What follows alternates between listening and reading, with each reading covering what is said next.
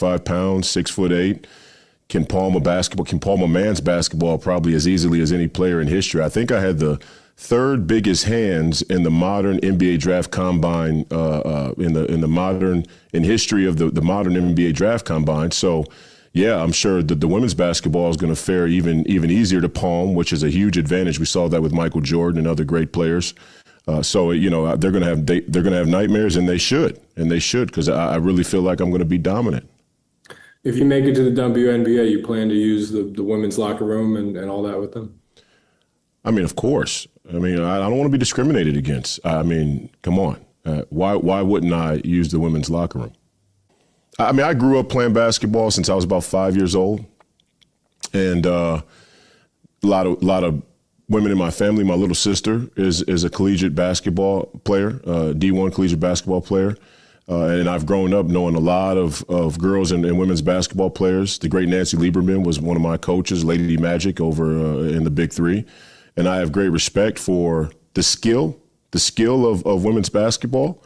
And even at the girls' level in high school, you see that the girls have to play a much more skilled game because they don't have some of the physical God-given abilities or natural physical abilities as the men. So I have great respect for the women's game, but there's a significant difference between biological men and women, and I think we've blurred that line like we've blurred many other lines unnecessarily. And I plan to exploit that for my economic and athletic benefit. You mentioned the other players are going to have nightmares about you. Is there any player in the WNBA that you think could match up well with you? No. Nope. No. Maybe Enos. Maybe me and Enos should play on the same team. That'd be great. We the Twin Towers, right? We think alike. We both criticize China and the Uyghur Muslims. We both almost went to Kentucky. He went to Kentucky, ended up getting drafted without playing. I was set to go to Kentucky. I ended up at Iowa State. But, maybe this is the how it was supposed to all play out. Me and Enos Kanter running off about 5-6 WNBA championships. Did Enos inspire you to make this decision, or did you already have the idea? I think I was first. I think his must have been today or yesterday. I was about 3 days ago. But, great minds think alike. There's no time limit on these things. When great ideas and great opportunities pop up like this, you just got to jump on them and ride them all the way. What happens if you go undrafted, no one signs you, though? Listen. Oh, well, then I have to file a discrimination lawsuit, right? I mean, that's ridiculous. Okay. Yeah, we're gonna have to have a huge legal battle about discrimination if I can't play. I'd like to know what the parameters are. What exactly are the specifics? What criteria do I need to meet in order to be able to play exactly? I mean, is it just a wig? Do I have to cut my beard? Does my voice have to get a little bit lighter? Do I have to do this snip? I'd like to know the specifics of the criteria, and I hope they'd be able to defend it in a court of law. I'm sure their pals over at the NBA front office will be giving them some legal assistance. The attorneys over there at Prokshire and Rose will be giving them some legal assistance, but put themselves in quite a pickle here. And that they did. They put themselves in quite a pickle. There is just one criteria. There's only one criteria that these people have to understand. Boys have a penis, girls have vagina. That's it. There's your criteria. There is no other criteria. It's so funny. I've been pissing people off since about 11 o'clock this morning. And I said, you know what? I told Rob, I'm going to go on today and I'm just going to have a riot. I am just going to piss people off left and right. It's a slow news day, and everything I had planned just fell into place. And I didn't even know I was going to be talking about the slummy WNBA, but I had to after I saw him come out there. And I'm like, okay, so some people are going to get pissed off. So now we have two former NBA players, monster men. They're going to join the WNBA. That was Royce White. He was a former first-round NBA draft pick back in 2012. And as you heard him say, he's 6'8", 260 pounds. And now he is declaring for the 2027 WNBA draft. And the only thing that will stop him is if the NBA makes a declarative, definitive statement.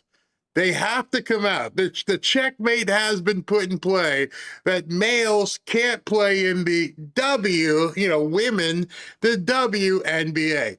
Period. End of story. Anything else is going to lead to a massive lawsuit. You're telling me you're going to tell two men of color. Ennis is, I don't know, he might be like Middle Eastern. And of course, Royce is black. So you're going to tell two men of color that they can't play in the WNBA, but you want to bitch all you possibly can about the fact that we love trans people. Well, now you get to prove it. Now you get to prove it. President Trump told you it was coming. I don't know if they talked to President Trump. Do you guys remember this, by the way? One day last week when he said this. And I'll tell you what, if I were ever, I'd be the greatest women's basketball coach in history. Because I don't like LeBron James. I like Michael Jordan much better. But I'd go up to LeBron James. It doesn't matter. I'd say, LeBron, did you ever have any desire to be a woman?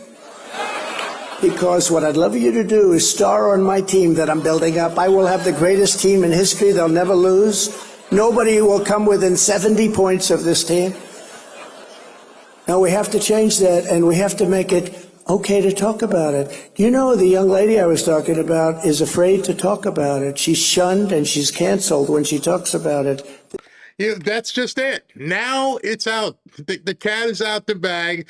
There was a time, even while I had been doing this show, that you could never even discuss this. This was a gray area that the people upstairs, don't even mention this.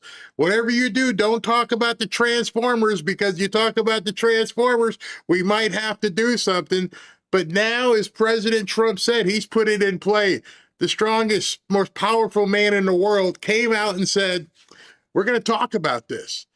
And he made a light joke about, here's what we're going to do. I'm going to talk to LeBron, even though he hates me, and I'm going to recruit him. And now here we are, full circle. Now, everybody knows, and I haven't even looked at the chat. Everybody knows that in some way, both of these men are kidding. They don't want to play in the WNBA. They know it would be completely disastrous. The entirety of this trend, I will call it, at this point is to call out their absurdity. And at this point, they can only extricate themselves from this by declaring this is a league for women. But they won't. Now they have a problem. They don't understand. I don't know why they're so wrapped up in the whole Transformer thing. Unless there's a couple already playing, but we don't know about. But in any event, they're so enveloped in the entire Transformer thing, they can't get themselves out of it. They built themselves as a pretty much black lesbian league. And now, with the advent of Caitlin Clark, who they hate, and then also now Sophie Cunningham, who they hate, they don't know what to do. The eyeballs that they have on this league have now gone from a basketball league to a political statement, and they can't figure it out. Let me show you how bad it is. I posted this earlier. The WNBA Players Union, the WNBPA, has released a statement. Okay, so now the league players have had to release a statement. Hate, abuse. Hold on. Can I stop there? Are you tired of hearing the word hate? Again, that's only something that came up in the Obama-Biden crap. If there was any chart to find out, when did people start using the word hate? You don't like me. You don't like what I am. You hate. You're into hate. Shut up. Hate, abuse, and demonization of any person, including transgender people, only fuels fear, division, and harm. We will continue to have hard conversations. Really?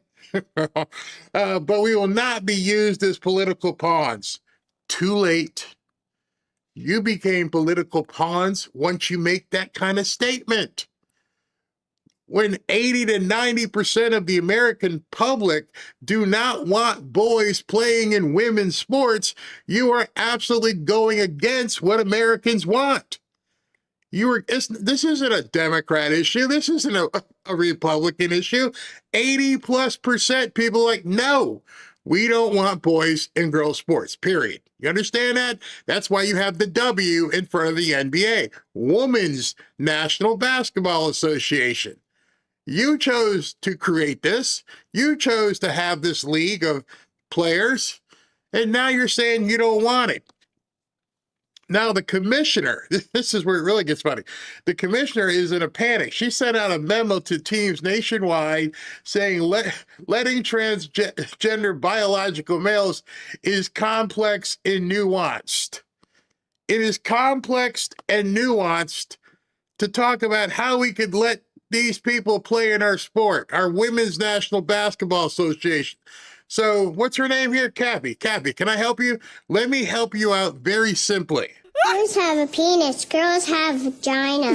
That's all you need to know. There's your explanation. There's no nuance that you have to worry about. That's it. Yep, you can't play. All right, that's it. Nothing else. The WNBA is being backed into a corner and will soon decide whether men belong in women's sports or not. Here's what she actually posted. To everyone who loves this game, not sure who that is, the WNBA represents 200 plus individual people. You're making it political. You are doing this on purpose. You can't help yourself. You thought to come out and make a statement, and then you put this, 200 plus individual people. No, you do not represent 200 plus individual people. You represent 200 plus individual women. But then you can't define what a woman is, so you're having to say people. Interesting.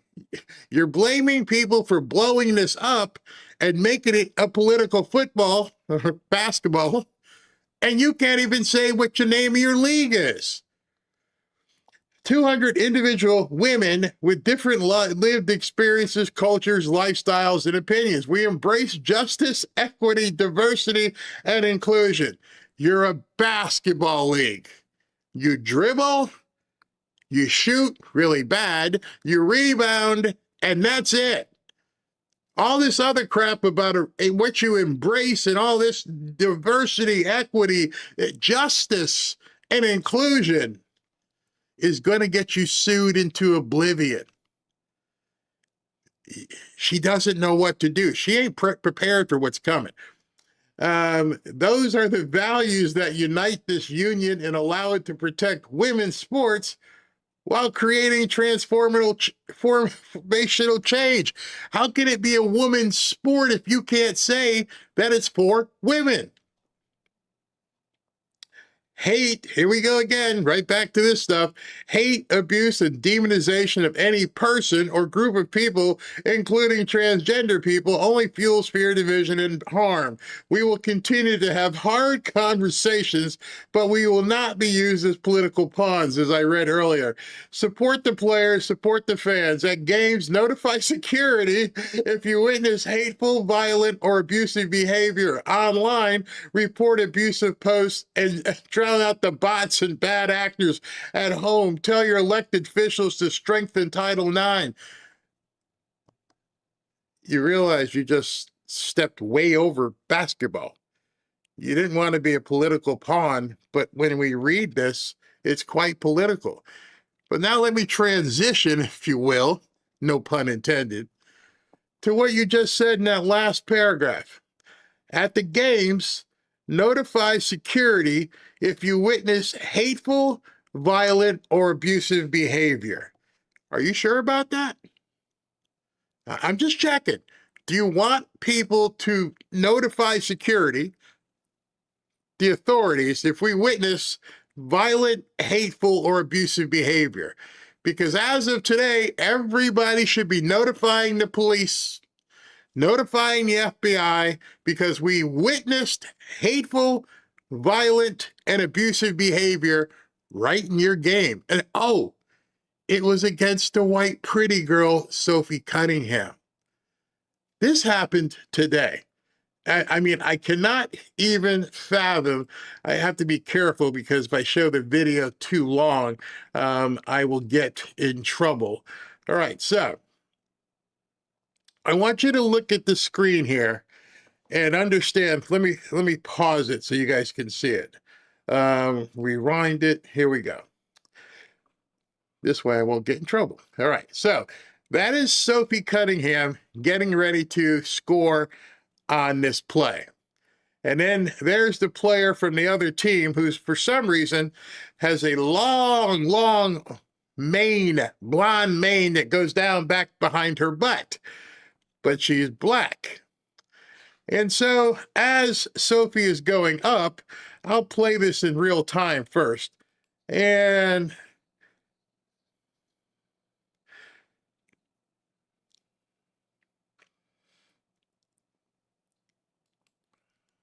just completely went after her. Wasn't a basketball move, completely went with the intent to injure. You can see it very clearly here. Look where her hand is. She's not even going for the basketball. She's not even paying attention to the basketball. She comes across her face.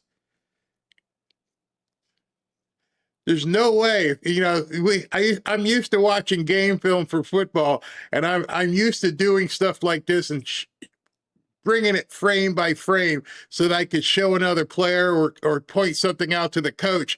There's no way she's going for the ball. She's going to hurt her.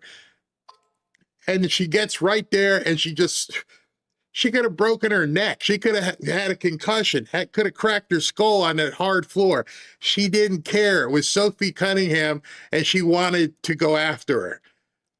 But it gets worse. It gets worse. Because after this abusive play, where she completely throws her down on the ground, after she does that, that woman could have hurt herself really bad. She gets thrown out of the game, because rightly so. After she gets thrown out of the game, she goes into the locker room, and this league that doesn't want to get into politics, that just wants to talk about basketball, she tweets that. White privilege. NBA is in a big predicament. They can't control these women. I guess they're women. It's racist. Not against Sophie. You're the one who attacked her. And you're expecting people to pay money to see this thuggery, this abject insanity taking place by people who yet still can't figure out the nuance of a difference between a man and a woman. They can't figure that out, but they sure as hell can call somebody white privilege and a racist. I wish they'd be so clear about the other thing. Boys have a penis, girls have vagina. It's all you have to know. So, all this stuff going on about this stuff, check out this. No, Sophie. So I can only project what I see about her beliefs based on her actions. And seeing a picture of her with Riley Gaines after the game told me everything I need to. What did it tell you? It told you that Riley Gaines, who's been an advocate for women playing in women's sports, this is I don't know if it's Springsteen or Ellen. No, it's Megan Rapinoe, who, by the way, got beat by a group of boys playing soccer, high school boys, I believe. And now she never had to play against women, never had to compete against men. And now she's advocating, saying the Transformers should be able to play in women's sports. Know about what's happening. Riley Gaines has made it her life's mission to exclude trans people from public life. Sophie has claimed both to love trans people and support Title IX. And this is where I think the accountability with having a major platform is extremely important. It's unbelievable, right? So what Riley Gaines has dedicated her life to is not against trans. She's dedicated her life and her platform to supporting women. Yeah, it has nothing to do with excluding anybody. It has to do with including girls in girls' sports. Not sure what the hang up is here. It's very simple. It's not nuanced. It has nothing to do with diversity and equity and social justice. You're a women's basketball league. I cannot believe it's 2026, going into almost the third quarter of 2026, and these people are still having the argument as to whether or not men should be playing in women's sports. And now they're going to, with Royce and Enos, they're now going to have to answer to everything that is happening. They're going to have to. And I believe this should be pressured, because all of you that have granddaughters or kids that are playing basketball or playing softball in a woman's team, this is something we have to stand for. And I'm glad President Trump has stood hard with it. I wouldn't want my little granddaughter having to play against a man or boy in volleyball. Shouldn't even be discussion. We grew up. We knew it. People want to blame boomers for everything. Well, guess what? Somehow, I don't know how, somehow we grew up and we knew what a boy was and what a girl was. And we also know you're not playing on that team. You got to play on this team. And all this, I think, goes back to when we started letting people, have the alternative lifestyle. They give them an inch, and I knew they would take the whole dildo. I'm sorry, I mean a mile. I saw a video of Enes Kanter saying that he is declaring himself as a WNBA prospect. So he posted this on his social media. He said, if simply declaring who you are is all that's required, then I meet every single requirement necessary to compete in the WNBA. And now this woman here, she's like me. She's a podcaster, and she decided she's going to create a channel. And in her channel, she's going to just talk about women's basketball, college and professional. And so she had an endeavor, and she's like, I think I can do this. I used to play basketball. I can relate and talk to an audience about basketball. And now she's lamenting, but not for the reason you think. He says, based on the current guidelines, I can and am officially declaring my eligibility for the upcoming WNBA draft in April 2027. Like, I don't know whether to laugh. I don't know whether to cry, because like I've said in other videos, this league is the anything but basketball league. The storylines around this league are never about basketball. And that's the problem. Number one, these people wouldn't survive if the NBA wasn't subsidizing them. I don't know if everybody knows that. The WNBA was birthed by the NBA, and all the owners in the NBA said, let's start a women's league and let's all pitch in to help this place grow. And so there would be, they wouldn't be able to stand on their own 2 feet if it weren't for the fact that the NBA subsidized them. But now they're becoming nothing but a headache. I don't know how long they've been playing, but I guess they just made a profit last year for the first time. And it seems like they want to do everything but be a basketball league. They want to be fashion stars. They want to put on wigs. They want to put on the big fake eyelashes. Play the damn basketball game. And now you want to talk about social justice and hate. And can't you just play the game? The NFL learned this. The NFL learned this lesson with the whole kneeling and Colin Kaepernick and what he was doing, and putting stuff on the back of the helmets and putting things in the end zone and the black national anthem, and they almost turned their golden goose into a turkey. And people are finally coming back. People have finally said, all right, we're going to give you another chance. And they realize we can't, they did it at the Super Bowl, but they realize at this point, we'll let them sing the black national anthem off camera. We won't do that as a part of the show. The players aren't kneeling. It's completely been a learned experience. Keep your mouth shut. Put the flag out. Do the flyovers. Yay, America. The WNBA? Nope, they haven't gotten the message yet. And this young woman, she sees her livelihood in trouble. I didn't realize what I was signing up for by covering this league to the extent that I have been covering it for the past 3 years. Like, I actually like sports. I don't want to talk about politics. I don't want to talk about drama and negativity. And it's literally, that's the thing that's in your face. That's what's in your face. You imagine you sitting down, she's got her camera, her lights on, and okay, let's talk about the game today. And we're going to go through all the so they attacked Sophie Cunningham. And then she tweets something from the locker room, white privilege. What the hell is wrong with these people? But now, as President Trump said, and I love this. President Trump said, we're going to talk about this, almost like giving all of us the green light. Go ahead, blast these people.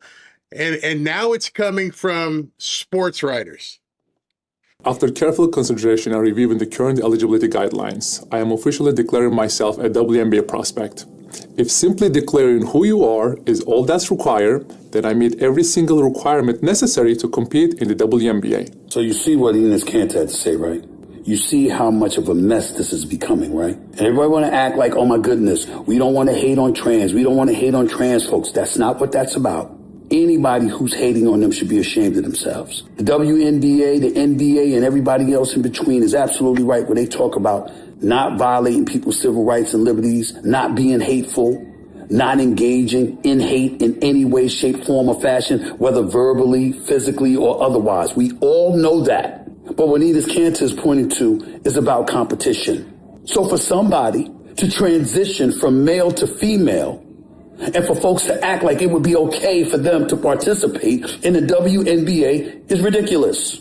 And when you have athletes from the WNBA saying that they're looking out for and speaking up on behalf of girls, because it would clearly be an unfair advantage to a trans athlete over people born female, what's the problem? What's the problem? We got to have common sense. And yes, Enes Kanter is going a bit too far, but he's right to do so to make a point. And Royce White, former NBA player, now a conservative pundit, he's right too because he's trying to make a point. Certain things are beyond ridiculous, and you got to call it out just to send the message. Do you get it now?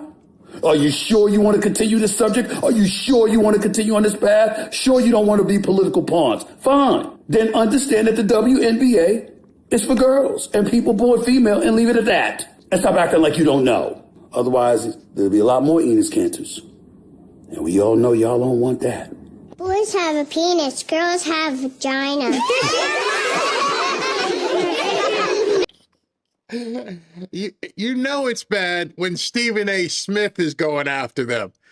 When Stephen A. Smith, who's got probably the biggest mouth in sports broadcasting, is saying, you done messed up here. I can't help you. I'm done.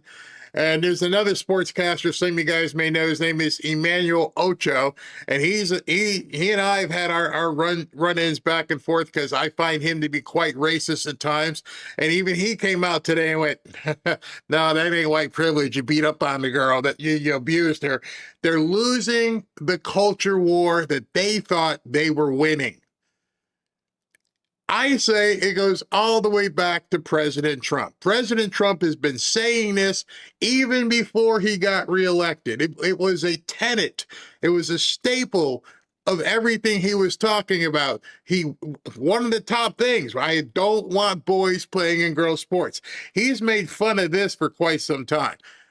This is where it started with him. In just 46 seconds, Algerian women's boxer Iman Khalif beat her Italian opponent, Angela Carini, in an Olympic boxing match. Now, Carini says she stopped because of the intense pain in her nose after the opening punches. She burst into tears after the fight and did not shake Khalif's hand.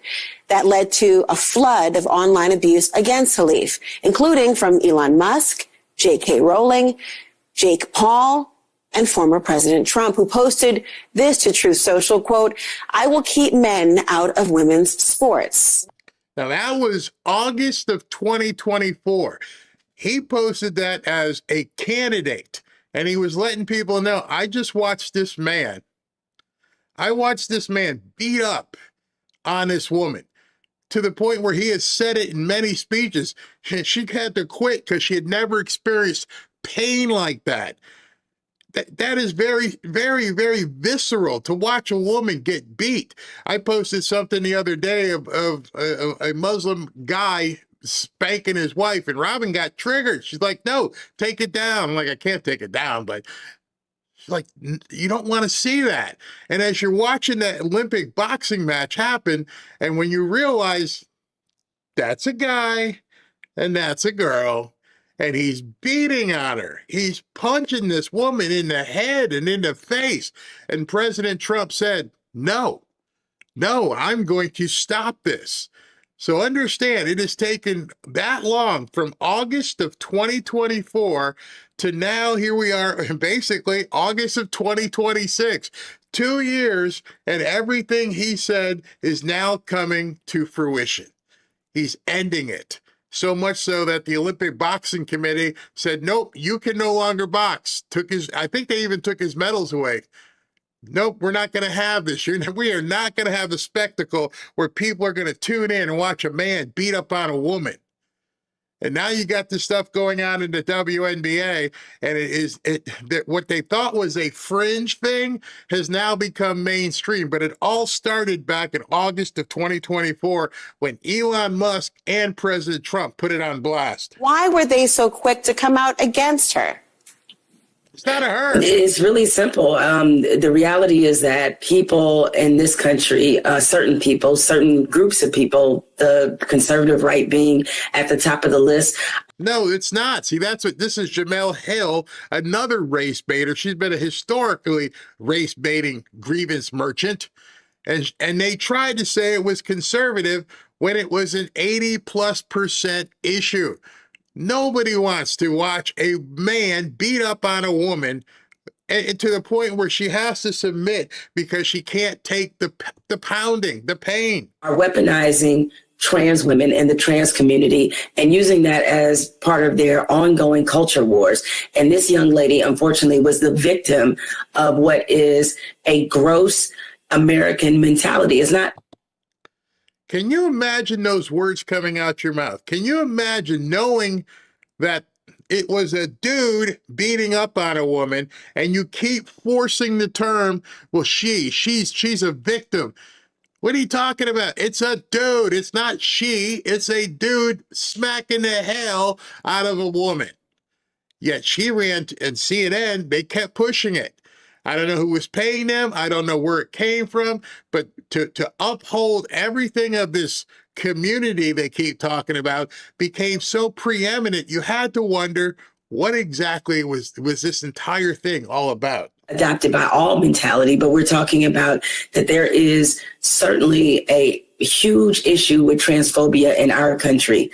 There was nothing unjust about it. I mean, to be frank, you just got your butt beat, and that's the end of what happened. If you want to protect. So you're saying that if you went to a club or something, and some 6'2" guy showed up in his heels, but it was a guy, he just decided he wanted to dress this way, and he beat the ever-loving crap out of you. Everybody watching should just say, you got your butt beat. Everything's fine.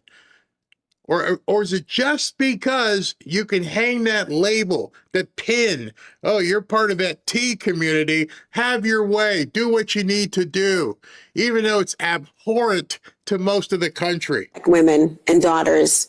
She is a woman. She is somebody's daughter, and she's a woman in sports. And it just conjures up that old statement, ain't I a woman? No, you're not a woman. You notice in that whole segment, they had nothing to say about the woman who got her butt beat, who had to quit in pain. They had nothing to say about her. The victim was the dude. Only one reason why. Boys have a penis, girls have vagina. Very simple. It's very simple. And now it's come full circle. Thanks. I didn't know the date of that when I researched and pulled it. I'm like, wow. August of 2024, he posted that. We are exactly 2 years, almost to the date, when he posted that during the campaign. And now it's taken that long for that to detonate, to blow up this entire movement, this entire community that 80 to 90% of us don't want to see in girls' sports. And he made a point, I'm going to do this. And now the WNBA doesn't know what to do. They're stuck. And so I think at this point, we got to keep the pressure on. It's trending all over X is from what happened to Sophie Cunningham today. I'm sure it will trend into next week. The whole Hall of Fame induction ceremony was today, and I was watching that, and I'm like, this is what, oh, I got to talk about this WNBA crap. It's incredible. But I told you, gonna piss some people off today. Oh, I'm not done yet. Let's talk to SB. What you got, man? Hey, at this point, LeBron James might want to start filling out that WNBA paperwork because it's his only shot at another championship. Oh my gosh. People are, all kinds of guys are making videos and putting wigs on, and it's a nightmare. And to make it worse, the commissioner has no idea what to do. She's afraid of offending the people in the league, the people. Oh my gosh. Barry, I posted a X video showing their first WNBA game. The two guys coming out there, they're beating the crap out of the ladies. It's just the memes are just coming. No, you can't show it. It's got music. It's on. Okay. I was looking for it. There's tons of stuff. No, I mean the thing is, it's so hard to find news right now. I'm going through my list. Everything is a story. So there is other stories, and I have two cuts for you for other news that's out there. Todd Blanche was actually, he won his confirmation. That was news late last night, so I should have that story up. 4:30 in the morning. Oh man, I can't believe it. If they could do that, why don't they stay through August and get that Save America Act passed? They're not going to do it. Not going to do it. All right, so let me go with your first one here. What is this? Hold on. Gunther posted this. So they said House Democrats are already drawing up the hit list. According to Reuters, if they flip the House, they're skipping the usual impeachment circus and going straight after Trump-aligned companies, donors, contractors, and financial firms with subpoenas and hearings. They're not even pretending this is about oversight. It's a coordinated plan to choke off support around the president and turn private businesses into political targets. Wow. This is the 2028 preview in real time. Same people, same playbook, same hunger to weaponize every lever of power that can get their hands on. America can't afford another round of this. So, folks, we got to hold the line in November. Vote like the Republic depends on it, because it does. I mean, if we lose, that's it. I don't even need to read that from Gunther in terms of the subpoenas and everything. They have laid it out so clearly what their motive is. It's to destroy America. So that is just part and parcel to everything they've been saying. They want to destroy the whole thing. So I can't believe that they would win, number one, and number two, if they do, all hell is going to break loose. That's for sure. Absolutely. That's good. That's for sure. I mean, I don't think we're ready as a country for what could happen. And here's your Todd Blanche story. Yes. So he had posted, he's deeply honored by the trust and confidence President Trump has placed in himself to lead the Department of Justice as our great nation's 88th Attorney General. I am grateful to the Senate for staying late to complete this process. To the dedicated public servants of the Department of Justice, thank you for your work each day to uphold the law and keep our country safe. God bless America. I hope he does a good job. And right away, I should have, if I knew you were going to have that, I would have had it lined up. Did you see what Cory Booker? No, I didn't have that one. But what Cory Booker said, let me see if I can find it. Cory Booker he's Spartacus as it is, but okay, here, let me bring this in, because they're already freaking out completely. Wait a minute. Of course I got it. 1 second here. Let me bring this in. Where's my thing? Okay.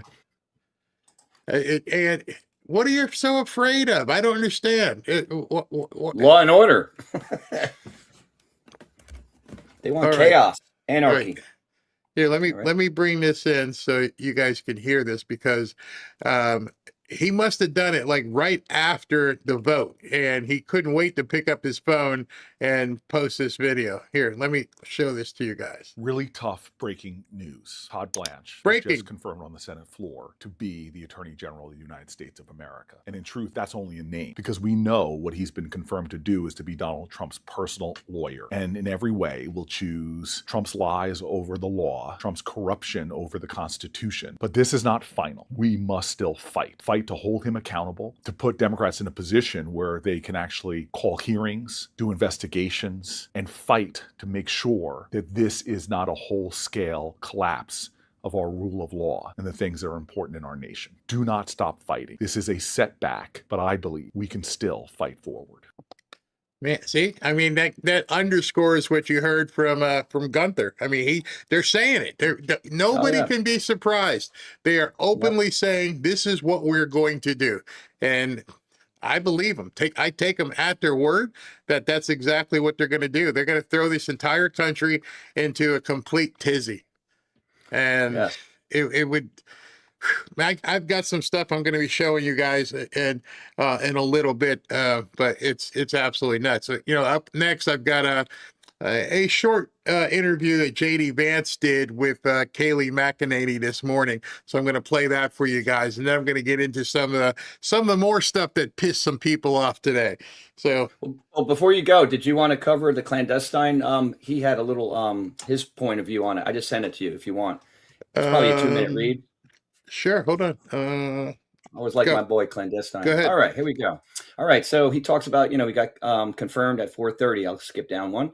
I have been nothing but impressed with Blanche thus far, but ultimately I trust Trump in his selection. I have noticed that Blanche has kind of flown under the radar and does not receive anywhere near the amount of hate that Pam Bondi received. But we will see how long it takes for the morons to begin complaining and blaming Blanche for everything under the sun. Contrary to popular opinion, we are not on the AG's timeline. We are on Trump in the U.S. Mills timeline. Neither Pam Bondi nor Todd Blanche get to choose when to drop the hammer. A change in AG is not going to magically accelerate the timeline. So, for all the morons that spent the last 18 months squealing about Pam Bondi all day, if you think that Blanche is going to step in and just start immediately arresting deep state actors, you are mistaken. Blanche is just next in line for the AG position, and the hammer will drop when it's the appropriate time for the hammer to drop. The AG does not control the timeline. Blanche is there to do exactly what POTUS expects of him, nothing more and nothing less. See, that's exactly what Cory Booker's afraid of. Cory Booker knows that the AG is basically at the direction of what President Trump is going to be doing, and that absolutely terrifies them at this point. Because it should, it should, because of all the different stuff that they've done. So I don't have bring the fear. let the games begin finally, now that he's confirmed. Now, what's going to be very interesting is who he names as his deputy attorney general. I want to see that happen, maybe Monday or Tuesday, especially now that Senate is out for a month or whatever, 4 or 5 weeks. 4 or 5 weeks, they're gone.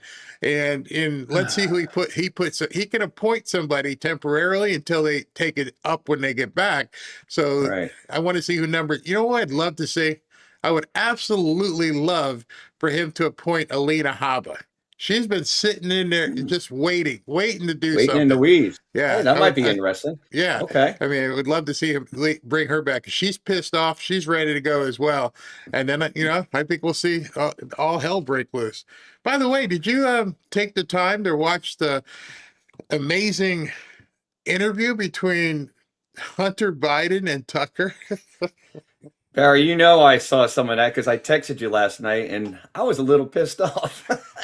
I cannot believe it. I mean, Tucker is. See, that's just it. At this point, the fact that you saw the two of them in a room talking should now let everybody know, man, there is a massive psyop, a massive propaganda campaign somebody's spending all kinds of money to make sure they divide MAGA. It's staring you in the face at this point. You thought Candace was bad with the Charlie Kirk stuff, and the other guy talks like this. That ain't nothing compared. Nothing compared to what they're doing now. I mean, it's in full steam ahead. Somebody's funding it. And its design is to separate MAGA. And to a certain extent, it works a little bit because a lot of people are all pissed off. It's a rage baiting machine.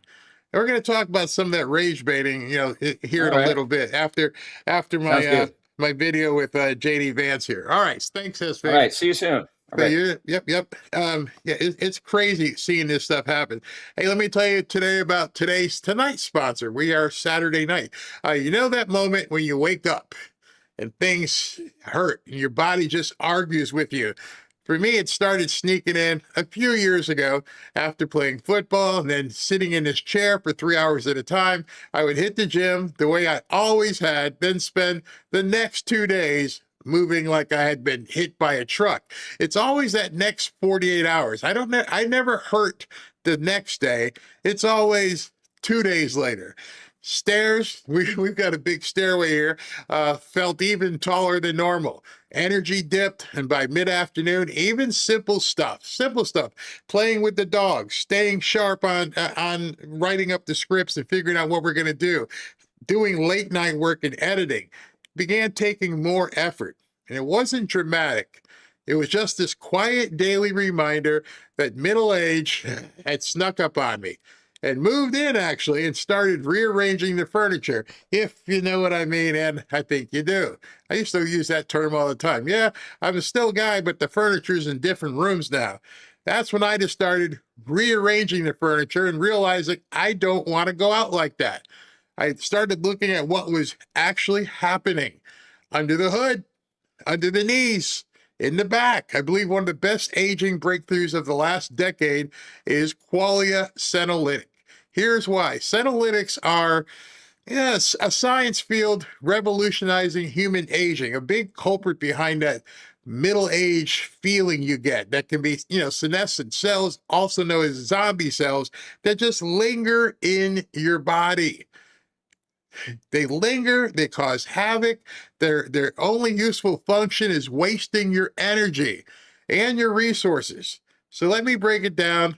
The accumulation of those zombie cells in your body can lead to less energy, slower workouts, slower recovery, joint discomfort. Man, my knees constantly hurt. And basically feeling old. And nobody wants to feel old, especially if you're doing well and you're successful and you want to just grab life. That's how I feel. I don't want to feel old. Qualia senolytic is a groundbreaking, clinically tested supplement. It's right there. With 9 vegan plant-derived compounds that help your body naturally eliminate senescent cells. You might want to look that up, what a senescent cell is. It helps you feel years younger, and just months. Here's how it works. You take it just 2 days a month. That's it. Just 2 days a month. It helps your body naturally eliminate zombie cells to age better at a much slower pace. The cellular level and Qualia's breakthrough formulation is vegan. It's non-GMO and tested by leading scientists as well. Since taking Qualia senolytic, I have felt like I have, turned 50. Turned the clock back. I have higher energy. I'm less sore. And after exercise and a big boost in productivity, it has made me feel, more youthful, energized, and excited. All this makes life better again. It makes life enthusiastic, gives flavor to life again. So experience the science of feeling younger. Go to qualia.com/Barry for up to 50% off. Actually, you can go here and save 15%. So if you go to qualialife.com/Barry and save 15% to experience the science of feeling younger. You use the purchase code Barry for an additional 15% off as well. That's qualialife.com/Barry and go there and get 15% off. Thank you to Qualia for basically sponsoring tonight's episode. All right, so I'm going to go to a video with JD Vance right now. This is a featured presentation from the Fanfare Newsroom. Vice President JD Vance, thank you so much for joining me. I appreciate it. Good morning. Thanks for having me. Of course. I'm going to get to your extraordinary book here in a moment. I read it. I'm very taken with the stories, and I'm fascinated by it. But I do want to start, Vice President, with some news of the day. And there was big news that you were in the Senate this week. You went to a lunch with senators. Iran dominated the conversation. So I was hoping you could give us a readout of that meeting. Yeah, well, love to go and hang out with some of my old GOP colleagues in the United States Senate. Great guys. People who are trying to do the right thing by the country. We talked about a number of issues. We talked about the budget reconciliation legislation that we're working on. Obviously, the president's priority right now is to get the Save America Act passed. I think it's absurd that we're the most advanced democracy in the entire world, and yet we don't have voter ID. That really has to change. We also, of course, talked a lot about Iran. And where Iran is today, Kaylee, is that we're talking to the Iranians, of course. We're trying to maximize the amount of oil and gas that are coming out of the Strait of Hormuz. That's the thing that we're most focused on right now. And you see, I think, oil prices dipping around $80 a barrel today, sometimes a little bit lower. So we're just trying to make sure that we get what we need out of this particular conflict. If you go back and remember what it is that we've done here, we've destroyed their nuclear program. We've destroyed their conventional military. We've radically reduced their, what you might call their asymmetric military abilities. And right now we're trying to see if they're willing to make the kind of long-term changes that would be necessary to have a better relationship with the United States. And if not, that's fine too. We're just going to keep on applying the pressure that we can apply and getting as much oil and gas out of the Middle East so that Americans can enjoy lower gas and energy prices. So that's the delicate dance. Final thing I'll say about this, Kaylee, is I try to remind people that we're really in the middle of the game here. This thing is not over. It's obviously not at the beginning. We're in the middle of the game, and we're applying a whole host of tools, diplomatic, economic, military tools, to ensure that we get the best outcome for the American people. I feel quite confident we will get there, but we're still a bit in the middle of the game. And the Iranians, through different methods, have broadcasted that they look to tighten their grip on the Strait of Hormuz. So in a theoretical deal, what would an acceptable status quo be for the Strait? Well, our expectation is you're going to see the same amount of oil and gas come out of the Gulf that you saw before the conflict started. That is what the Iranians have told us that they are going to do. That's what the entire Gulf coalition wants to do as well. But, we don't trust, we verify. We actually look not at people's words, but at people's deeds. You see some people within the Iranian system, of course, talk about tolling. The Iranians have told us they have no plans to toll the Strait of Hormuz. But again, we're going to see what actions actually happen. What's been going on for the past week or so is that the Iranians and the Gulf countries, particularly Oman, have been talking about how to ensure the safe flow of traffic. The one problem, of course, is the Iranians laid a large number of mines at the beginning of the war. And so what we're really working through now is how you can actually set up a traffic scheme so that the ships that pass can pass through safely. That includes, of course, demining. That also includes a commitment from the Iranians that they're not going to fire at commercial vessels. They're hurting in a big way. They want this thing to be over. The question is whether their system is able to give the things that are necessary for us to be happy, for us to feel like we've gotten what we need out of this particular engagement. That is still to be determined, but I do think that we've made some progress over the last few days. So to domestic politics, you had some policy critiques, some very fair ones, of El Sayed, of course, the Democratic nominee for Senate in Michigan. Rather than responding to your policy critiques, here's how he responded. Listen to this. Is that Peter Thiel's boy with that Ohio charisma he's got? That guy. I think we've had enough of him. The last thing that he said that made any sense was hillbilly elegy after he said that Donald Trump had no business being president of anything. That was the last time he made sense, and then he decided to suck up to power. What's your response? Well, look, I don't pay that guy much mind. The problem with El Sayed is that he is a person who claims to stand for working people, and yet he opposed Donald Trump's policies that have quite literally saved the Michigan auto industry. This is not a guy who wants a prosperous economy where auto workers and everybody else can actually raise a family. ideally on a single wage if they so choose. What he is actually trying to build is an economy where you tax some people, you give it to Democratic Party favored interest groups, and that's just not how you create prosperity. You create prosperity by actually rebuilding the middle class of this country, rebuilding the industrial foundation of middle class prosperity. So, of course, he's going to make personal insults. He's also gone after my kids. He's just kind of an odd guy. But I think that it's telling that instead of talking about what he wants to do to make the lives of Michiganders better, he takes personal insults at me. I'm the vice president. It comes with the territory. I think the guy's crazy and would be a terrible senator for the people of Michigan. We're going to make that case, and obviously the people of Michigan are going to make their vote.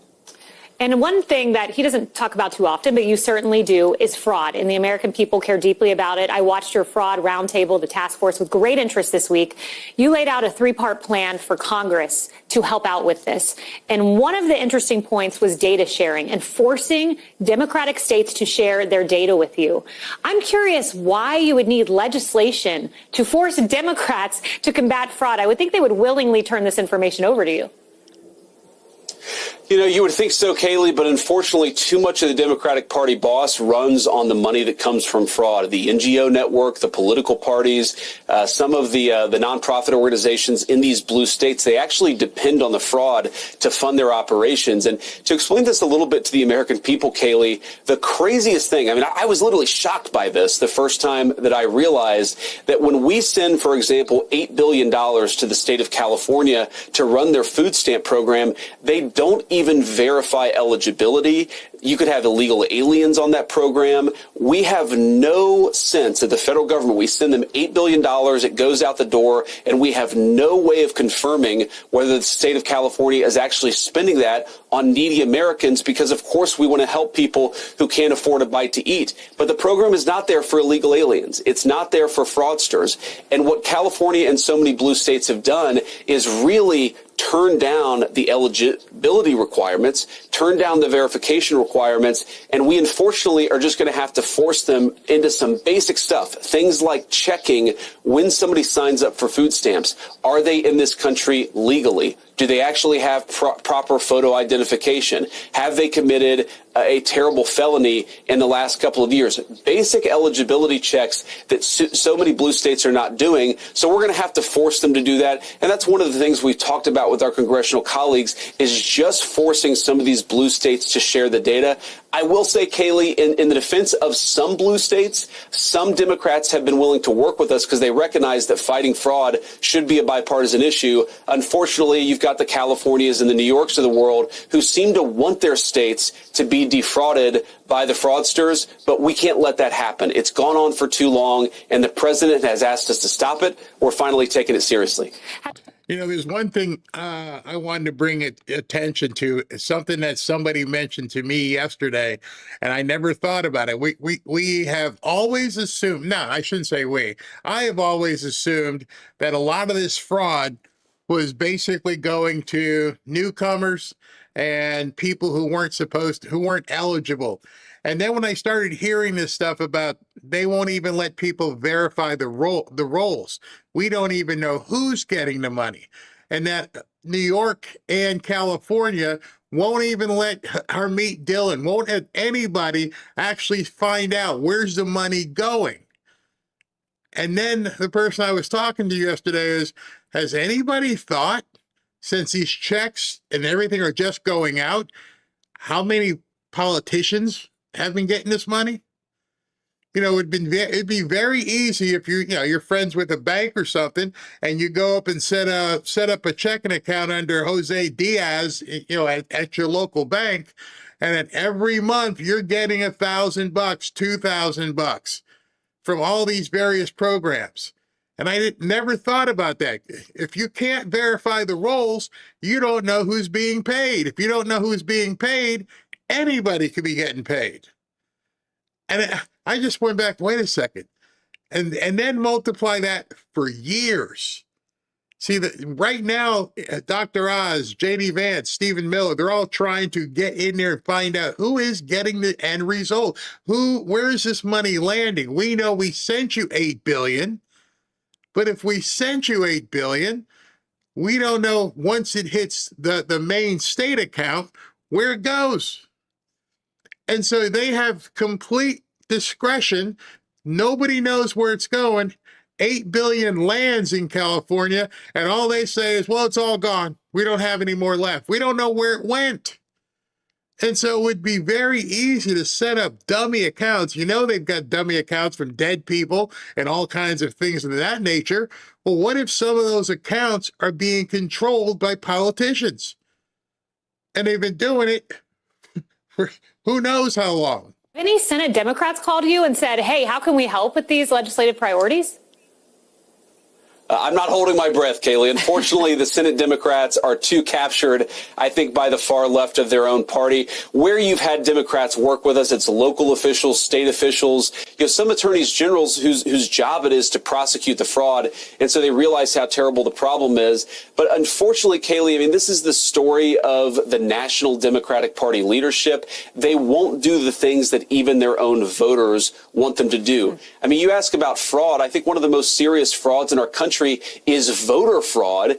80% of Democrats would love to see voter ID, but we can't get a single Democrat to help us with the Save America Act. I don't think, unfortunately, we're going to have too many Senate Democrats who are trying to stop the fraud. It's a shame because I'd love to work with them. It is. Well, to your extraordinary book, Communion, I loved reading this because as I started reading this, your upbringing, at least theologically, reminded me of my upbringing. I was an evangelical Christian. I read Tim LaHaye. I read C.S. Lewis. I went to Young Life. These were all things that were a part of my life, and they were a part of yours. And then there was this turn to atheism for a few years, and I'm wondering if you could tell me how that happened. I think a couple things happened, Kaylee. First of all, because I did have some foundation in my faith, but it wasn't really connected to a particular church or a particular institution. It was connected to my grandmother. She was the person who read the Bible to me. She was the person that I talked to God about. And so, when she passed away shortly before I left for Iraq in 2005, I just lost that connection to my faith. And without being properly rooted, I lost my faith altogether. And I think what happened to me, Kaylee, is that I realized that I went through this, what I would call an arrogant atheist phase, where I didn't just not believe in God, but I sort of thought that I knew better than other people who did, is that I realized that wasn't making me a good person. It was making me worried about, where I went to school and how much money I made and all these sort of worldly pursuits. They were making me very successful. I was getting good jobs. I was going to good schools, but they weren't making me a good human being. And the more that I thought about what is it that actually makes a person good and virtuous, what are the things that actually matter, the more I realized that, these Christians that I kind of dismissed for a period of my life, they actually had their act together. And if they had their act together, maybe it was rooted in some truth about the divinity of Jesus Christ, about the fact that he came and died for us.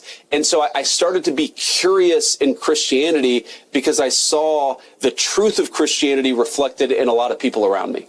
Yeah, and the way you described this, I thought it was so interesting because it was not this epiphany of, wow, atheists are correct intellectually. I've been brainwashed in a classroom. You describe it as it's not hearing an anti-Christian worldview every morning in college lectures.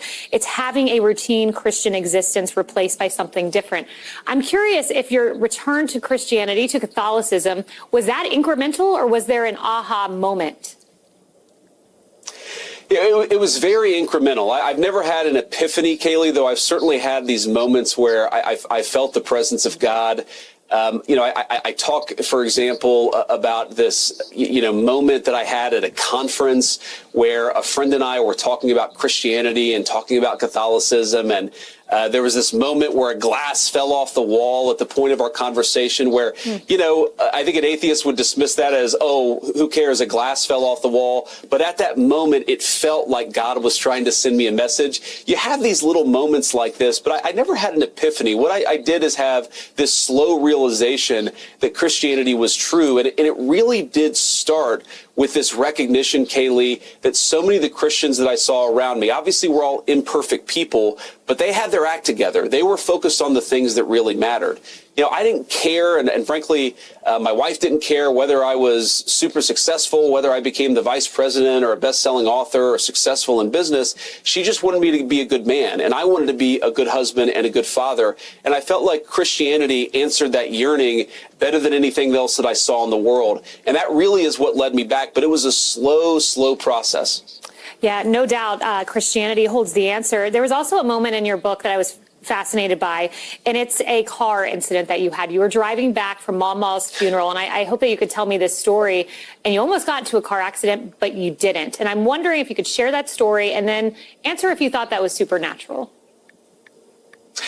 Yeah, so I definitely do think it was supernatural. I mean, I talk about, this quote from the movie Pulp Fiction that what matters is not whether it's an according to Hoyle miracle. What matters is whether you feel the touch of God. And what happened to me, Kaylee, is I was returning from my grandmother's funeral in eastern Kentucky. I was driving back to my Marine Corps base in North Carolina, and I was on one of these sort of narrow mountain backcountry roads, and I kind of came around a corner. I guess it had been raining, and I was going a little bit too fast. And it was one of these moments where, the car is spinning. You don't know when it's going to stop. And if it doesn't stop, you're going to tumble over the mountain and be seriously injured or worse. But the car came to this perfectly gentle stop right as I was about to fall over the mountain. And again, maybe the laws of physics can explain what happened, but in that moment, I felt the touch of God. And I think my own attitude on this, Kaylee, I've talked to a lot of friends, atheists and Christians about this, is that God is always sending us these little messages. It's not necessarily with a megaphone. It doesn't necessarily smack you across the face, but there are all of these subtle moments where I think God tries to speak to us. That was certainly one of those moments for me. Well, it's a great book. We encourage everyone to buy a copy of Communion. Vice President J.D. Vance, thank you so much for your time. Thanks, Kaylee. Take care.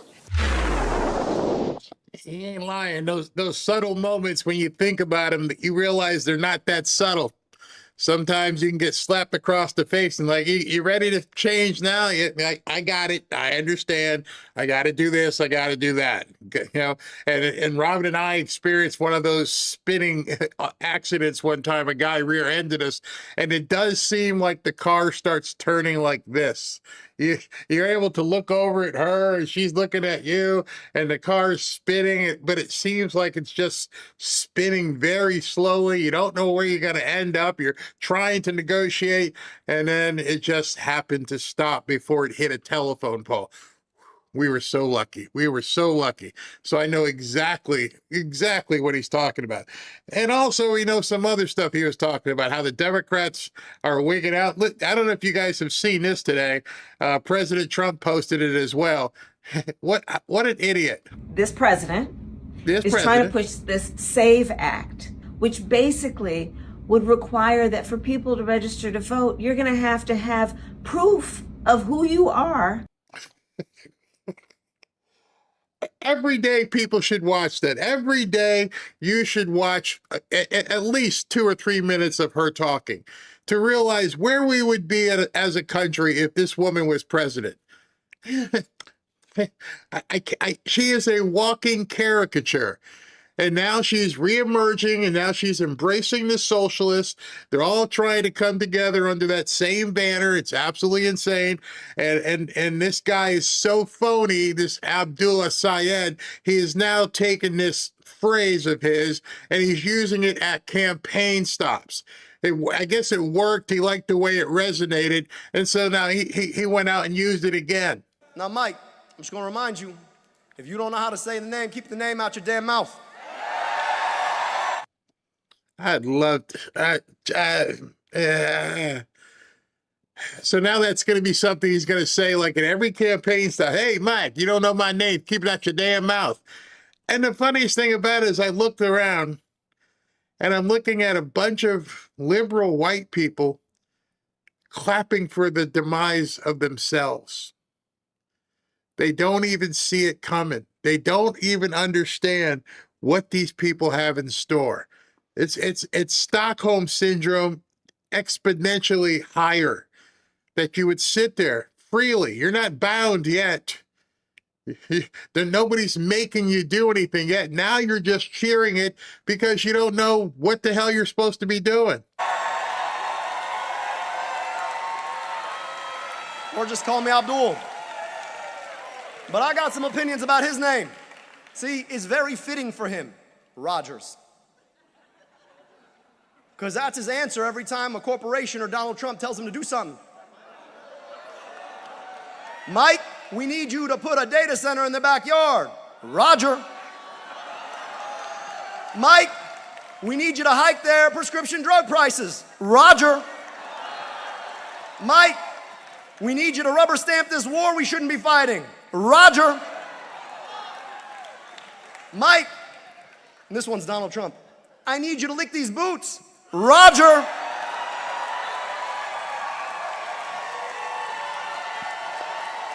Has he said anything about how he's going to help you people in the audience?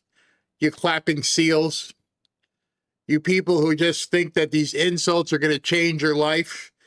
You know, one of the things I'm going to get into after I talk to SV is some of the stuff that happened today that just made me realize we need to, at this point, slap back at these people. We need to let people know we're going to live our lives. We are going to be happy living our lives, and we are going to be unashamed about our lives. We're not going to cower. Here's more of this idiot at this point.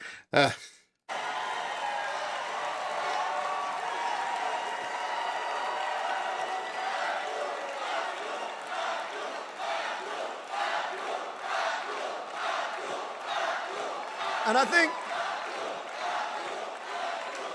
I speak for all of us here in Michigan when I say that we are done with Rogers. Go back to Florida where you belong. Oh, you want to take us on in Florida now? Go back to Florida where you belong. I'm pretty sure Mike Rogers is from Michigan, but now you want to pick on us down here in Florida. Well, I don't know if you saw what he did yesterday, but yesterday he had a hot mic following him. He didn't know. And there's a place in Michigan, hopefully if I can say it correctly, Mackinac Island. And here's a guy in the state he's running, and he said, I hate this effing place. Wow. Kid Rock wasn't happy about that. No, they're already trying to spin it that he was talking about the political conference up there. No. He said, I hate this place. And Mackinac is one of the most beautiful places in America. And don't take my word for it. Ask the millions of people who have visited. I just recently had some friends up here at my lake home in Charlevoix, Michigan, from South Alabama, from Birmingham, Alabama, but have a lake house in Alabama. Knew nothing about Northern Michigan. So one of the first things I do is take them over to Mackinac Island. There's no cars there. You get a buggy pulled by horses. You tour the island and the old Fort Mackinac. There you see the beautiful landscape and homes overlooking Lake Michigan and the Mackinac Bridge. And then my favorite thing to do, one of my favorite things on earth, is to end up at the Grand Hotel, which... Yeah. And so you're telling people in the state of Michigan, even though that was an older video, it surfaced yesterday, that you hate the effing place. Your true self is coming out, but the barking seals just keep clapping. Keep clapping. Crazy. Let me check in with SB, see if he's got any additional news, man. Oh man, those clapping seals. Arf. It drives me crazy seeing that, because I don't know how many of them are there because they've been told to be there or whatever, but it's just crazy. Like, do you know what this man stands for? Do you have any idea what he stands for? Nope, they don't. The end. So I have two stories. The first one is so for the younger people in the chat, and I know there are some. Hold on. You talking about Mike? Yeah. Yeah. Hold on to that. Cover that. Wait, it's coming. That's it's what coming. I got you. Yeah. All right. So you got this one. How the heck did you find that story, Barry? I thought I had that one on you. Seriously, I thought that was a diamond in a rough story. I'm like, yeah, I got a good story. All right, this one here. So a reporter tries smearing Doge efforts at HUD, and Scott Turner takes no BS. So here's the exchange. He's purging illegals from public housing. Actually, can you download it? Because I think he'll say it a little bit better than me just reading it off Does he say it in the video here? I believe so. It's a 2-minute clip. So, yeah. I hate when is this Eric Doherty? I hate when they do these clips. Oh, because of the sound. No, because I can just read it. Because they stack them. The modulation. Not the audio. You see how he's got that picture above and then the video below? Well, the reason they do that is because in order to get monetized, to get paid, they have to make it seem like it's an original thing. And hold on, let me. And so he attaches a picture so it seems like it's an original video. But through the magic of editing here, I will be able to do something different with You it. are Okay. good with that editing. Yeah, a lot of this stuff is AI stuff they add onto it. All right, here we go. How does HUD keep up all of its existing commitments with all the cuts that are coming? Cuts like what? I asked Henry Cisneros for a question for you. He said, how do they keep up the existing commitments? How are their existing commitments supposed to thrive and prosper with all of the cuts that are being made? That's hearsay. We have an $83 billion budget. Is that a big budget to you? You guys were hit by Doge. Stewardship is the issue. It's not the money, it's stewardship. My job is to steward over that money. HUD has not missed one beat, not one.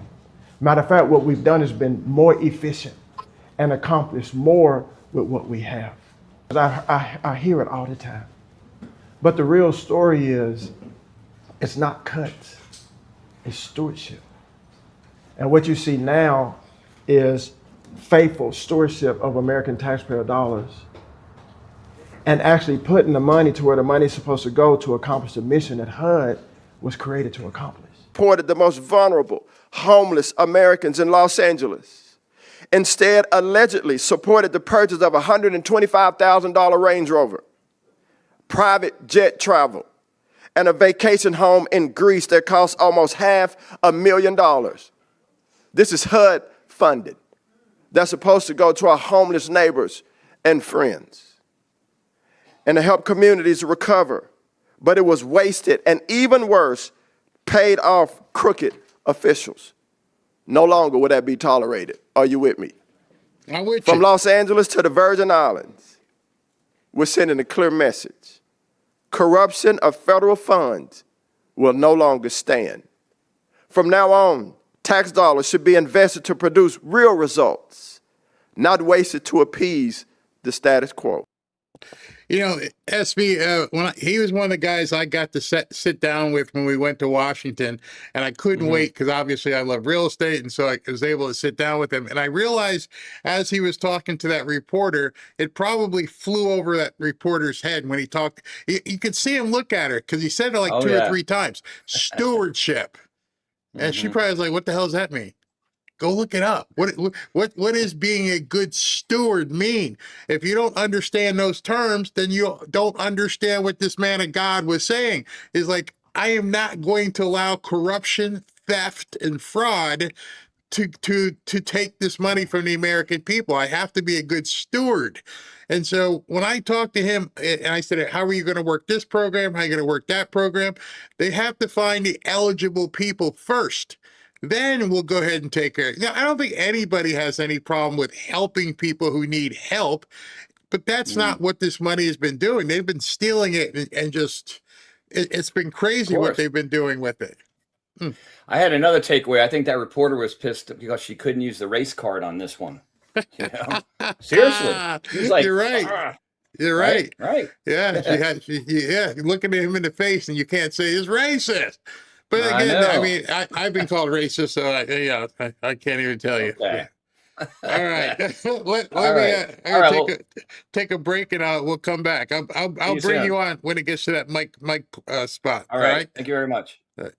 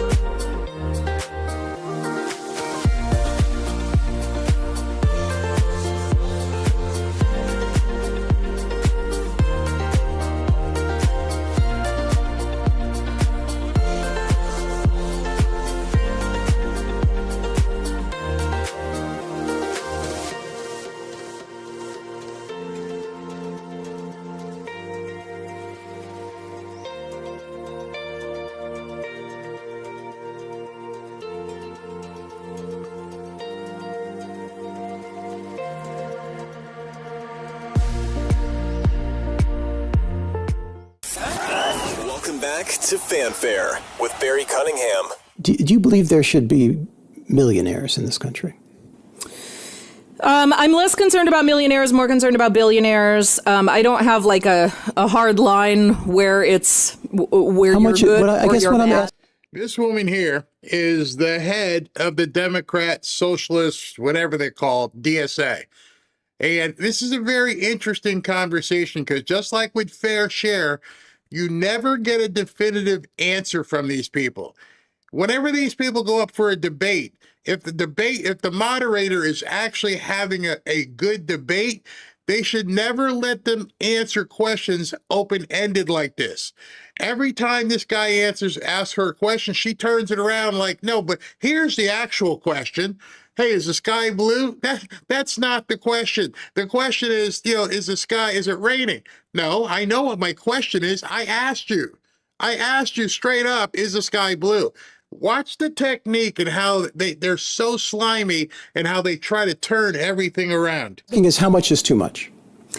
Yeah, I think the question is less about how much is too much and more about what are you doing to keep and maintain and get that wealth in the first place. I think most billionaires got their wealth because they exploited the working class in some very significant way, usually.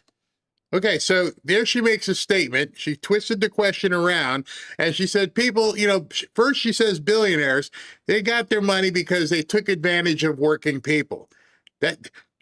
That kind of a broad brush without knowing anything about anybody who's run a business, I think that they got their money because they took advantage of people. Okay.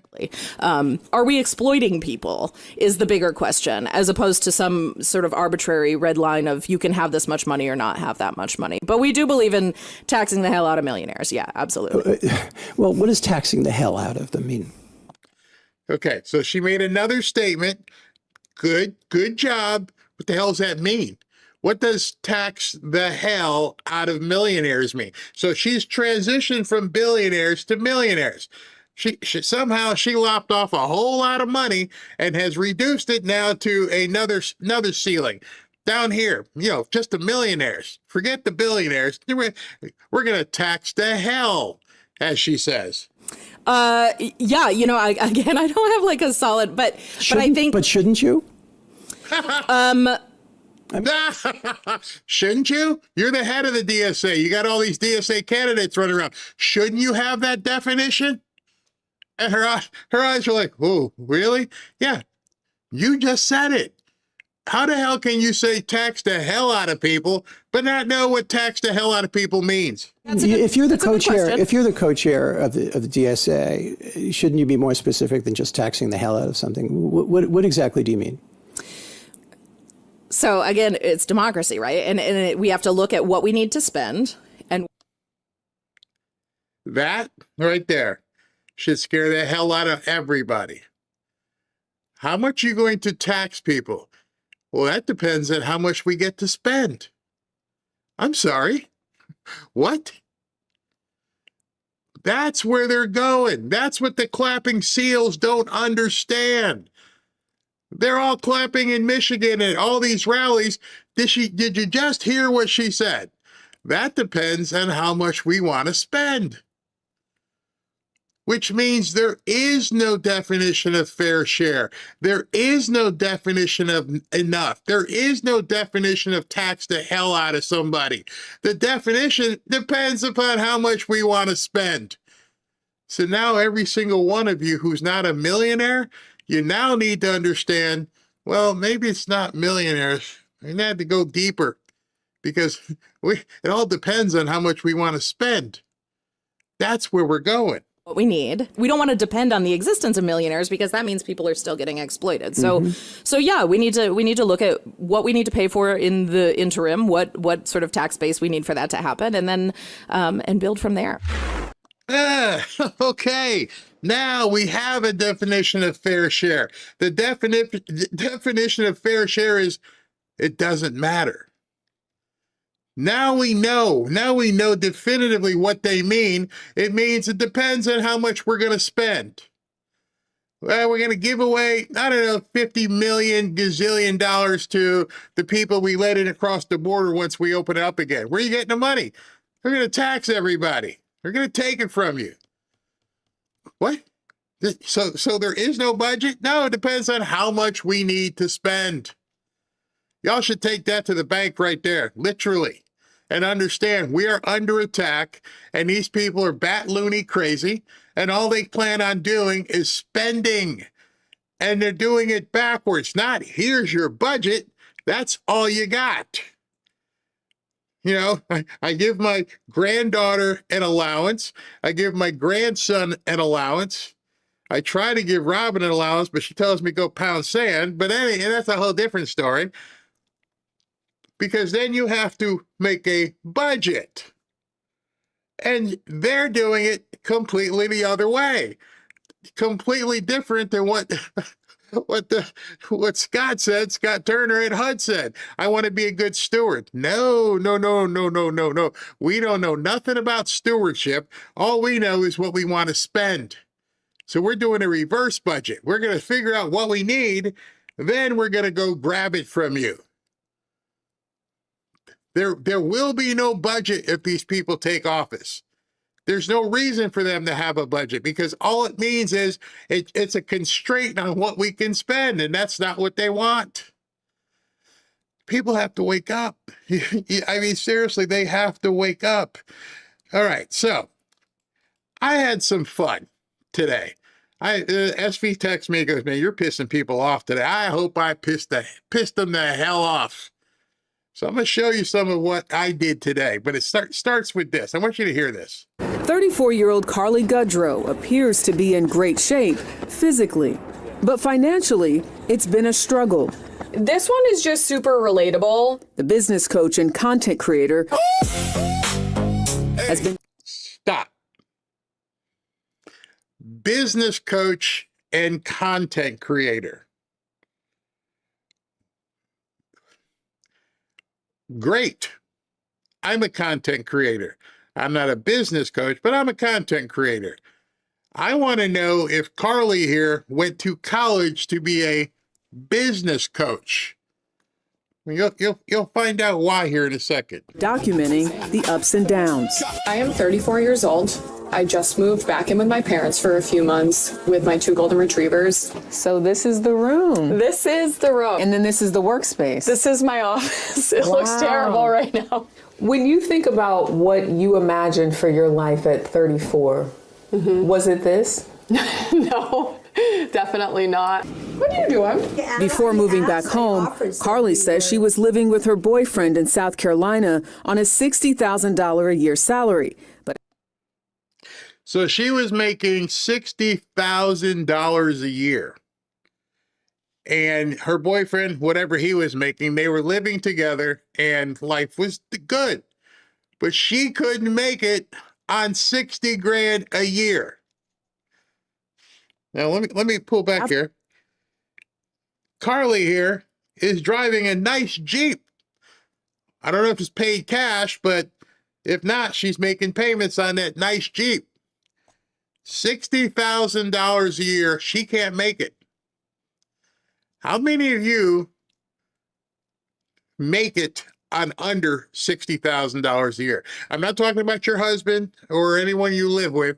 If you live with yourself or you're the head of household, how many of you can put in the chat, don't put what you make, but do you make it on less than $60,000 a year? After they broke up, she couldn't afford to pay rent alone. To be able to afford that on top of like your student loans, a car payment, it's really hard. You see, that's the problem. These kids are all on X and screaming about the burritos and stuff. And they don't like the fact that you tell them they can't have the $20 burritos. All right, so I'm going to dial it back to when I was single. Did I have a car payment when I was broke? Nope. I had a beater. I got something at a buy here, pay here lot, and I paid a guy like $100 a week, and until I paid it off, was like only like a $2,000 car, but I wasn't worried about a car payment. The other thing she said, student loan payments. So before she even gets a job, she's already got a car payment and a student loan payment to take care of. She doesn't mention having a problem paying either of those. That's not the issue. The issue is like, I'm only making 60 grand. To function off of anything, I believe, like less than 85K. According to Real, she can't make it on her own unless she can make $85,000 a year. That's her break even. That's where I need to be to make it. I need to be making $85,000 a year. I need to be bringing home at least, or not bringing home, but I need to be grossing $7,000 a month just to make it. Now you're seeing where all these people are freaking out all over X? What the hell are you talking about? You can't make it unless you pay. You can't make it without $7,000 a month. What the hell has happened? What in the hell has happened to these young people? .com, a record 25.2 million adults under 35 were living with their parents in 2025. That's more than any point on record, including the COVID-19 pandemic peak. Society as a whole has to respond. Wharton School of Business professor. Oh, so now they go talk to some professor and say it's society's problem. I can damn well guarantee you if I was getting paid $85,000 a year, if I was getting paid $60,000 a year, and I was by myself and I was a life coach or business coach and a content creator, $60,000 would be fine. By the way, if you're a coach and a content creator and you're only making $60,000 a year, honey, you need to find a new line of work. See, can't tell them that I want to do what I want to do. Nobody's going to tell me otherwise. Well, you're telling yourself that. You're telling your parents, hey, you can't afford anything. You're making 60 grand a year. I got to move back in with you guys. Huh? And then this liberal nut, it's society's problem. Sir Susan Wachter has been studying this trend. It's affordability across the board. It's not just price of the home and the mortgage. You ready to zoom me? Carly's parents say they welcome the full house. 4 adults, 4 dogs, crossing paths once again. It was so funny. Now, Kyle, Carly's brother, was already living at home. He's 33. Hold on. Okay. The son and the daughter had to move back home? Now, those of you who are parents, you're probably thinking to yourself, wait a second, wait. How did I fail that badly where my son and my daughter have to move back into the house because I don't know what Fred's making, but Carly says she's making 60. What are you making, Fred? I don't know. They didn't say. But both of your children, your adult children, had to move back into the house. This was happening before his sister moved in, but we've got some good news to report. Carly said after being able to save up enough money, she will be comfortably moving out in November. The key word there, comfortably, she has enough money. Okay, this ran yesterday. So this ran in August. She's making $60,000, she said, and she can't move out for 3 more months while living in mommy's house. Something is wrong here. You're telling me you're bringing home $5 grand a month.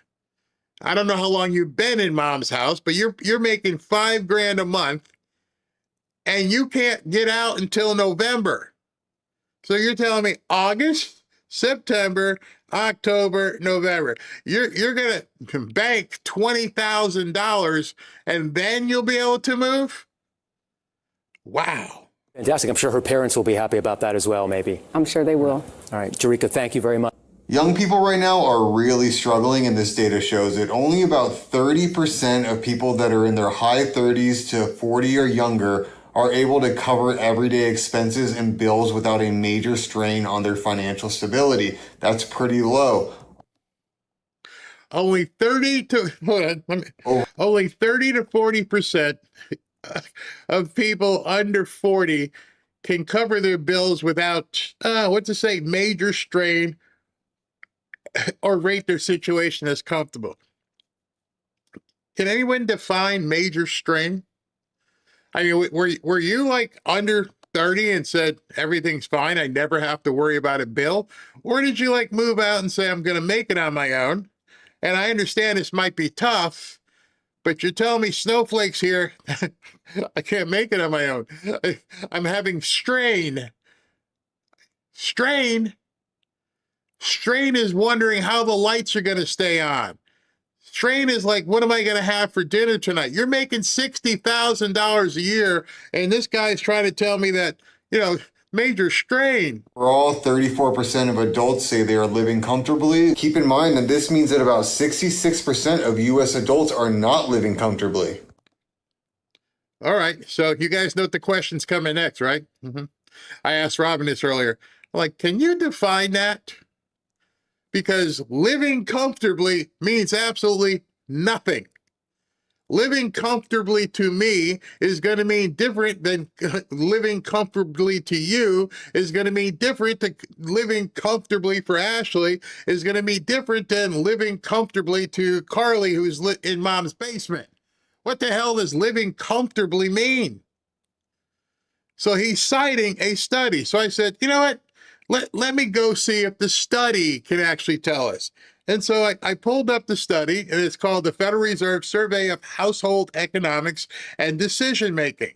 73% of U.S. adults reporting doing okay or living, comfortably financially. What does that mean to you? This overall metric has remained flat, and this is where it gets really interesting. This overall metric has remained flat since 2022, staying below the 2021 peak of 78%.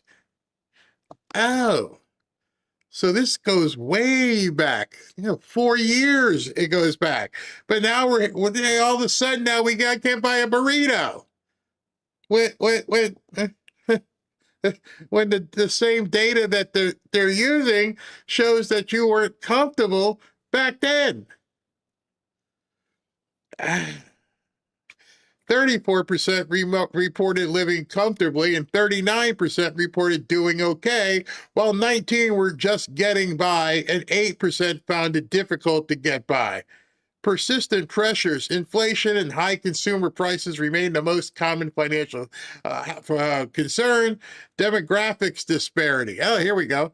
Financial well-being declined for young adults, low-income earners, and Black adults who faced heightened labor market friction and job security anxieties. Excuse me. Do you have any variable that we can discuss as to why, I don't know, low-income earners were feeling some friction over the last couple of years?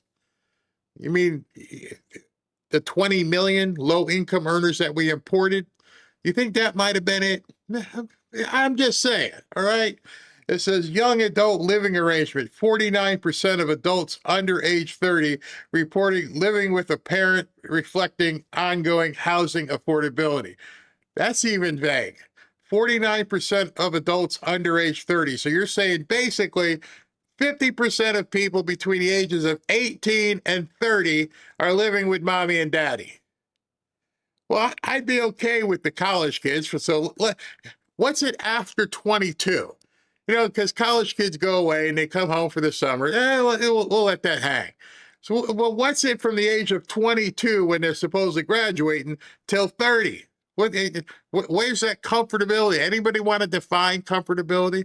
Well, there's another study here, which I dug up, and it talks to and speaks to the so-called comfortability. And it's this study. This is the actual study, the SHED report on the well-being of households, and it's rather long and goes through here and everything. And it says living arrangements, employee and job quality. You guys could go through this on your own, and you can see what some of the stuff is. But income and expenses, and you scroll down, and it starts talking about majority of adults said that changes in prices they paid compared with the prior year had made their finances worse.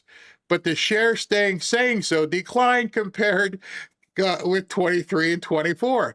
The share of adults who said they always or often had money left over at the end of the month was essentially unchanged from 2024, suggesting that the share of adults who have margin in their family budgets has held steady over the past year. What? Nothing's changed? Everybody's okay?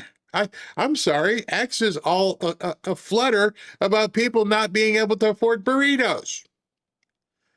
But the studies say completely the opposite. Let's continue. Many young adults receive help from someone outside their household to pay an expense in the prior 12 months. Money for a cell phone, for general expenses, for housing costs such as rent, mortgage, or utilities were the most common forms of help that people received. From who? Sources of income. Although labor earnings were the most common source of income, many people had other sources as well. 68% of adults and their spouse or partner received wages, salaries, or self-employment income during the previous year. 57% of all adults received non-labor income, including 37% who received interest, debt, dividends, or rental income. Hold on.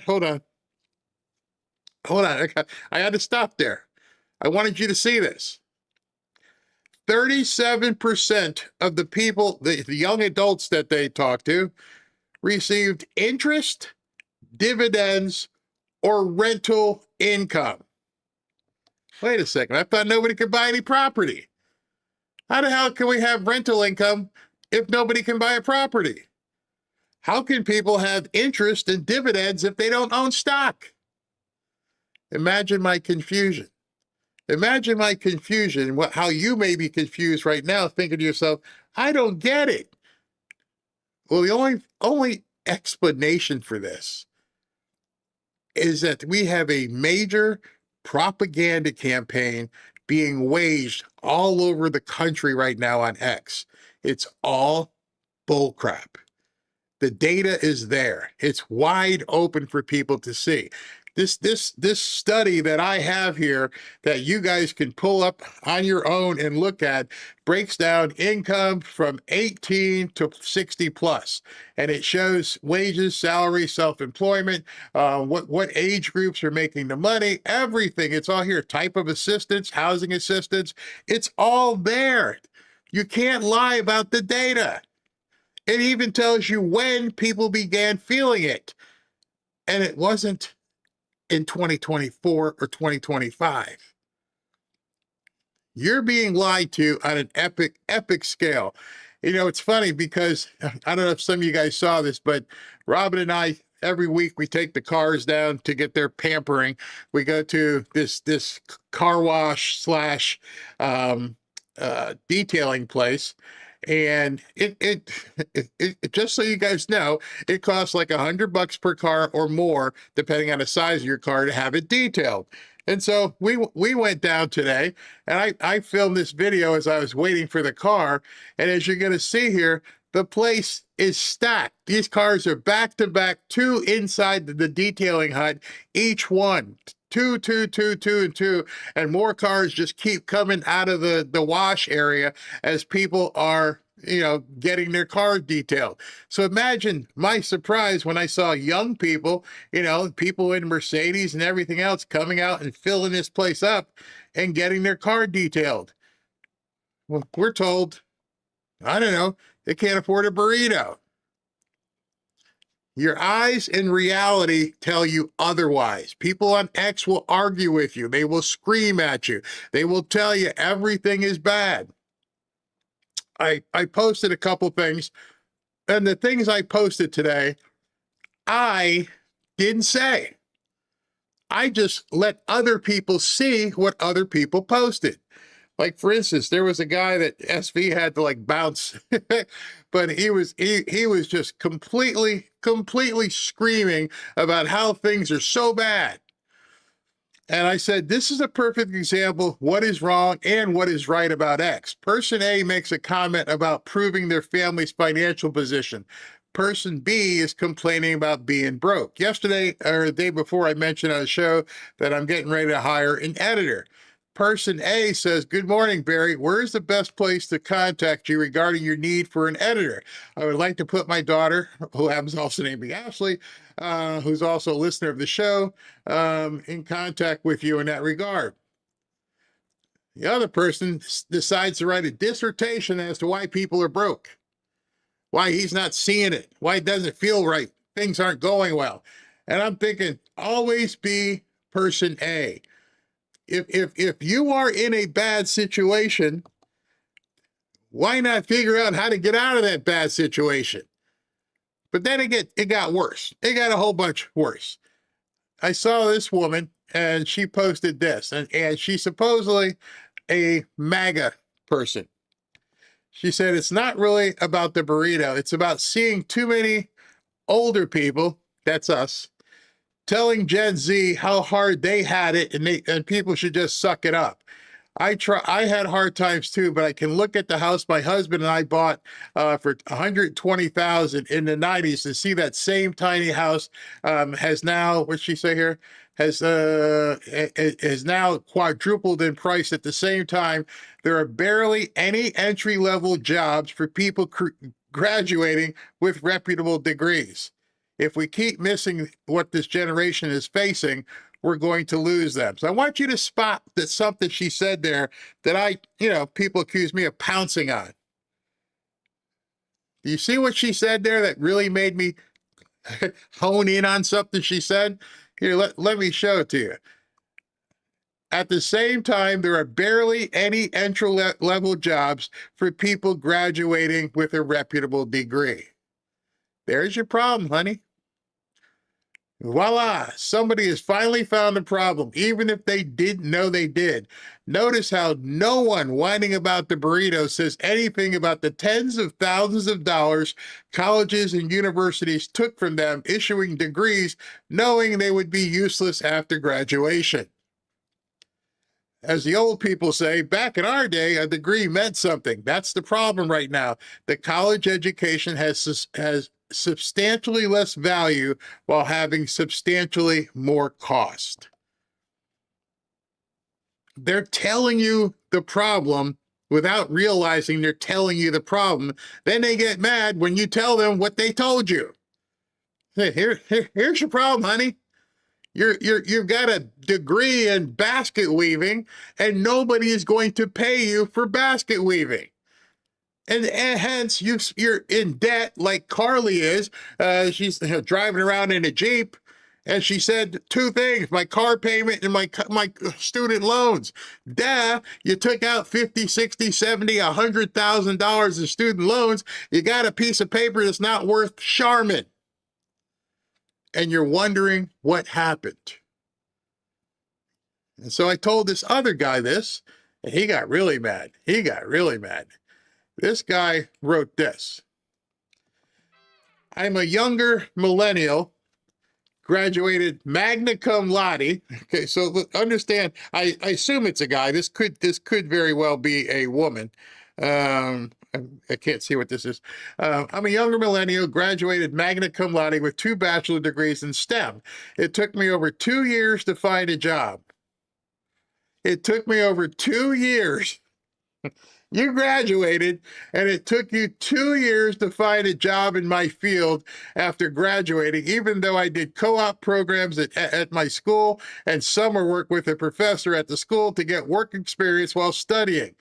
Crap is hard, and it's gotten harder since I graduated. Between mass immigration and AI, it's getting harder and harder for young people to break into the industries that they spent a ton of money on and years of schooling to get into.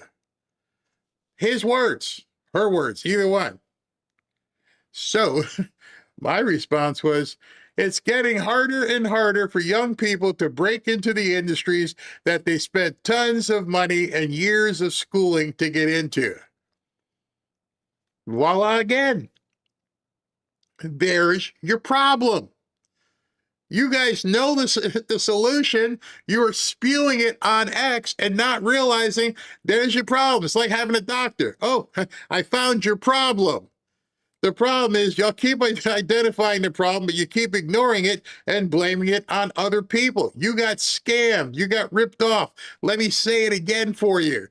No one cares that you spent years and money on a profession that isn't viable. That's the answer to everything you're seeing right now. These kids went to school, they got these degrees, they got these student loans, and they come out, they were promised the world, and they don't have shit. Nobody took you 2 years to find a job? That should have been your first indication. Maybe back when I was in college, people were getting hired before they graduated. There was recruiting offices.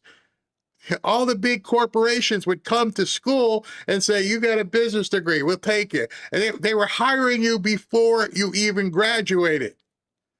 And it took you 2 years after you graduated to secure a job.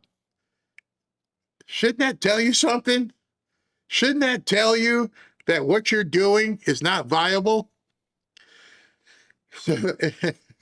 So it said this, if you want to make it, and this is advice anybody can take. If you want to make it, you have to provide meaningful value to someone who's willing to pay you for it.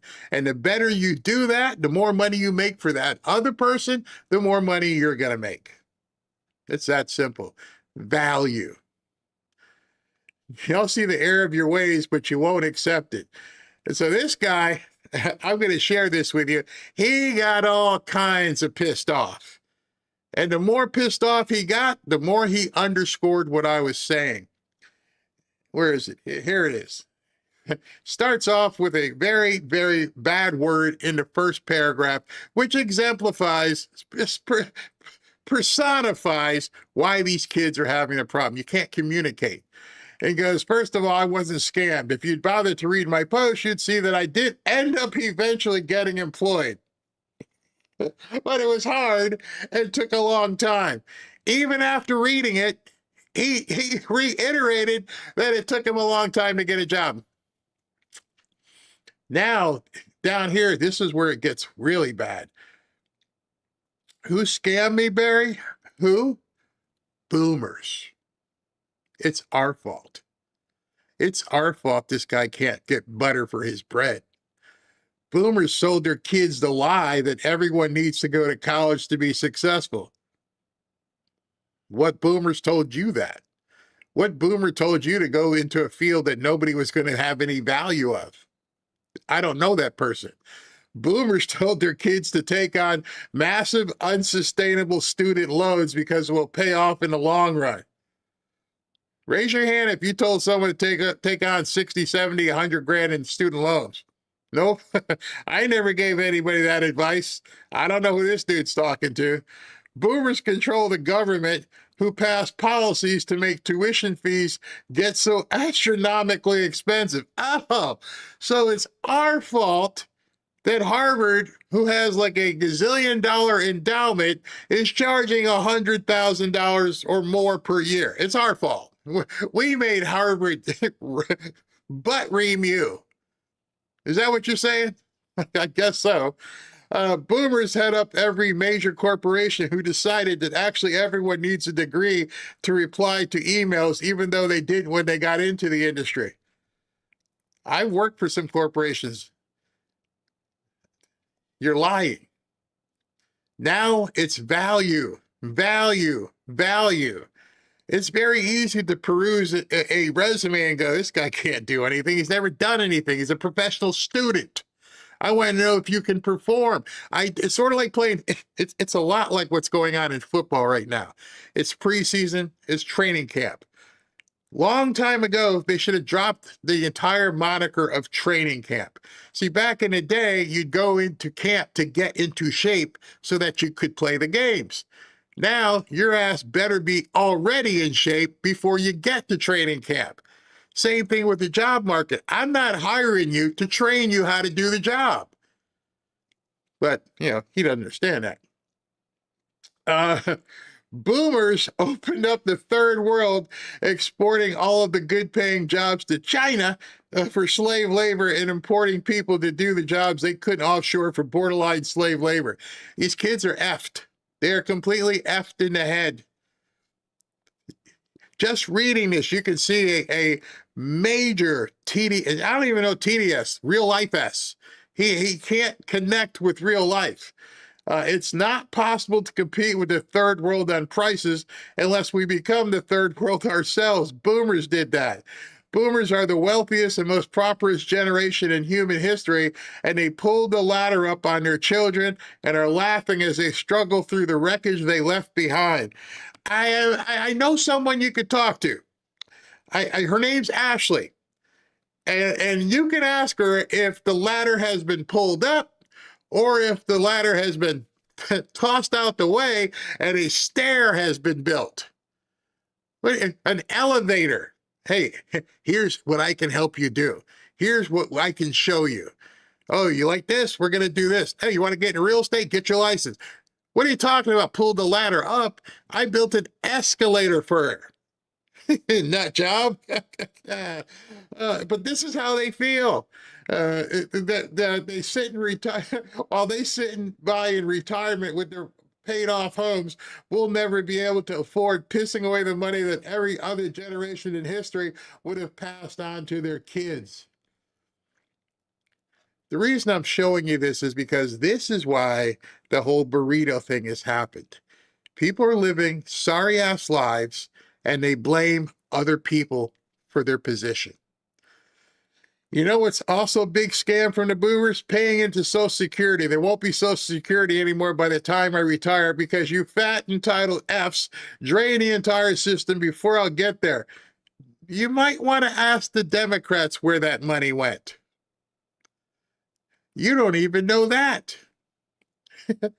So I'm paying my whole life into a system just to benefit you, as thank you for ruining the country you inherited and giving your children and grandchildren a dystopian hellscape to inherit your wake.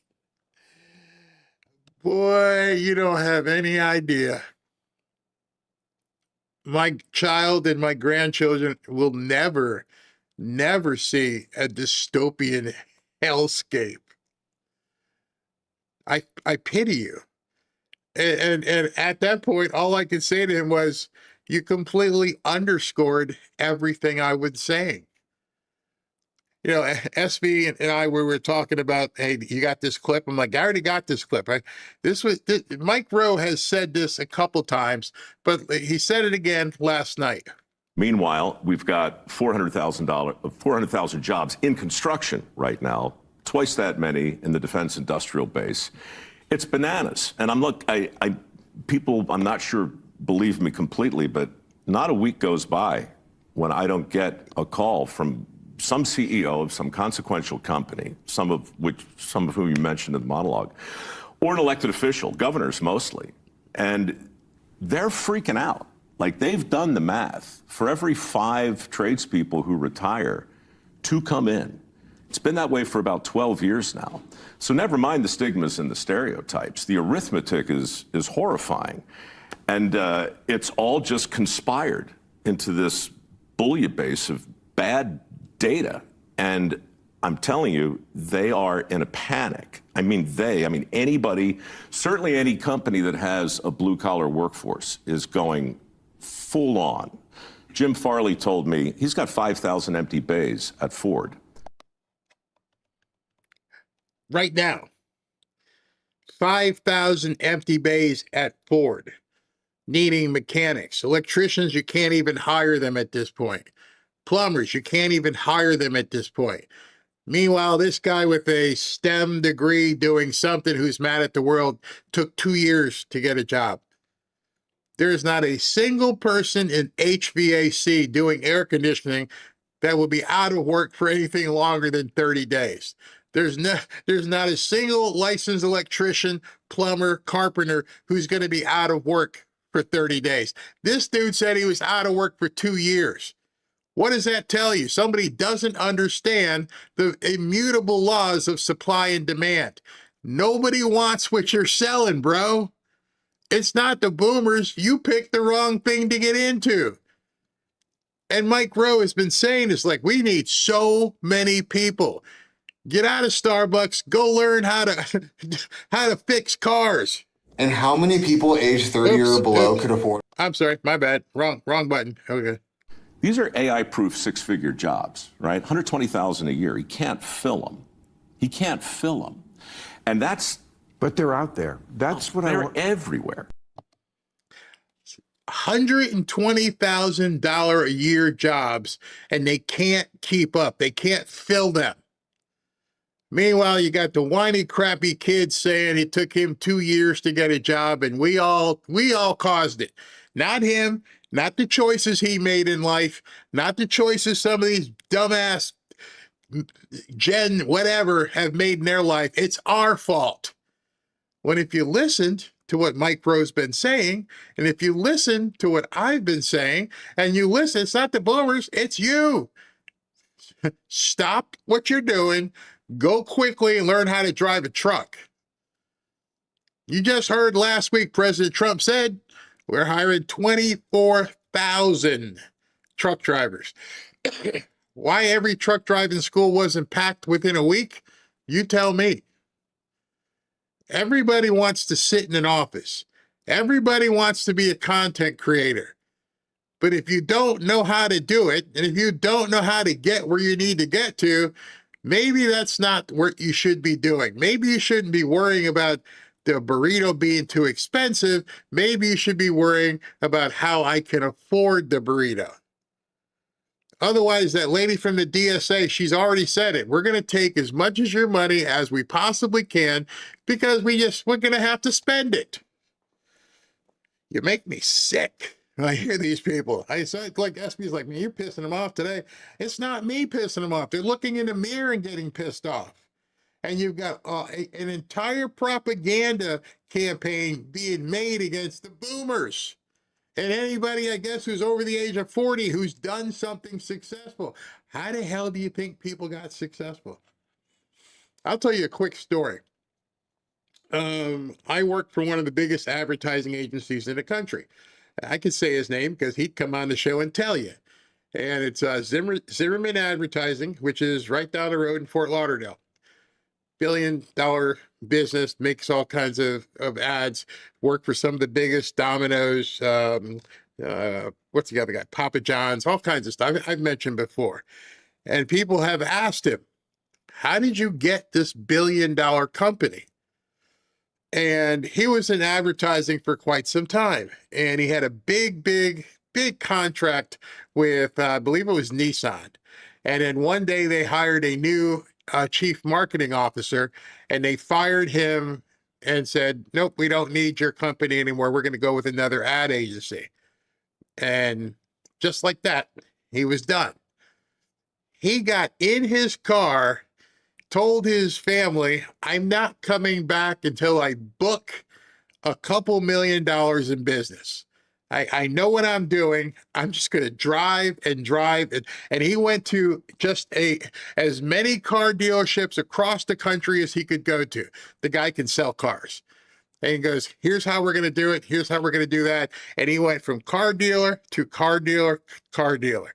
Some nights he slept in his car, did the whole Will Smith thing, went in, spruced up, took the whole bath, went to the next meeting, on and on and on. Came back, he had $2.5 million in contracts, and that's how his business took off. So don't tell me you can't buy a burrito. Don't tell me you're sitting here telling everybody in the world that you can't buy a burrito, because what you're telling everybody is that you don't know how to do anything. And the other problem I'm having, and this is serious, is when did we get to the point where telling people how unsuccessful you were was more appreciated and applauded than being successful? You're seeing a legion of people out there telling you, oh, this sucks, life sucks, I don't have a job, going on CBS News, I got to move back in your parents. When did it become acceptable to be unsuccessful? And do these people not know that their current lack of success only gets exasperated under socialism? They're not paying attention. Nobody's telling them. And they're getting swept up in this whole broke ass campaign. I think I know where it started.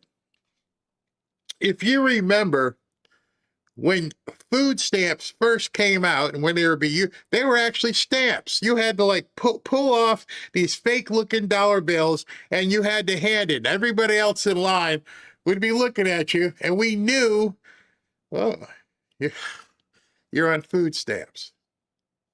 It had a stigma to it.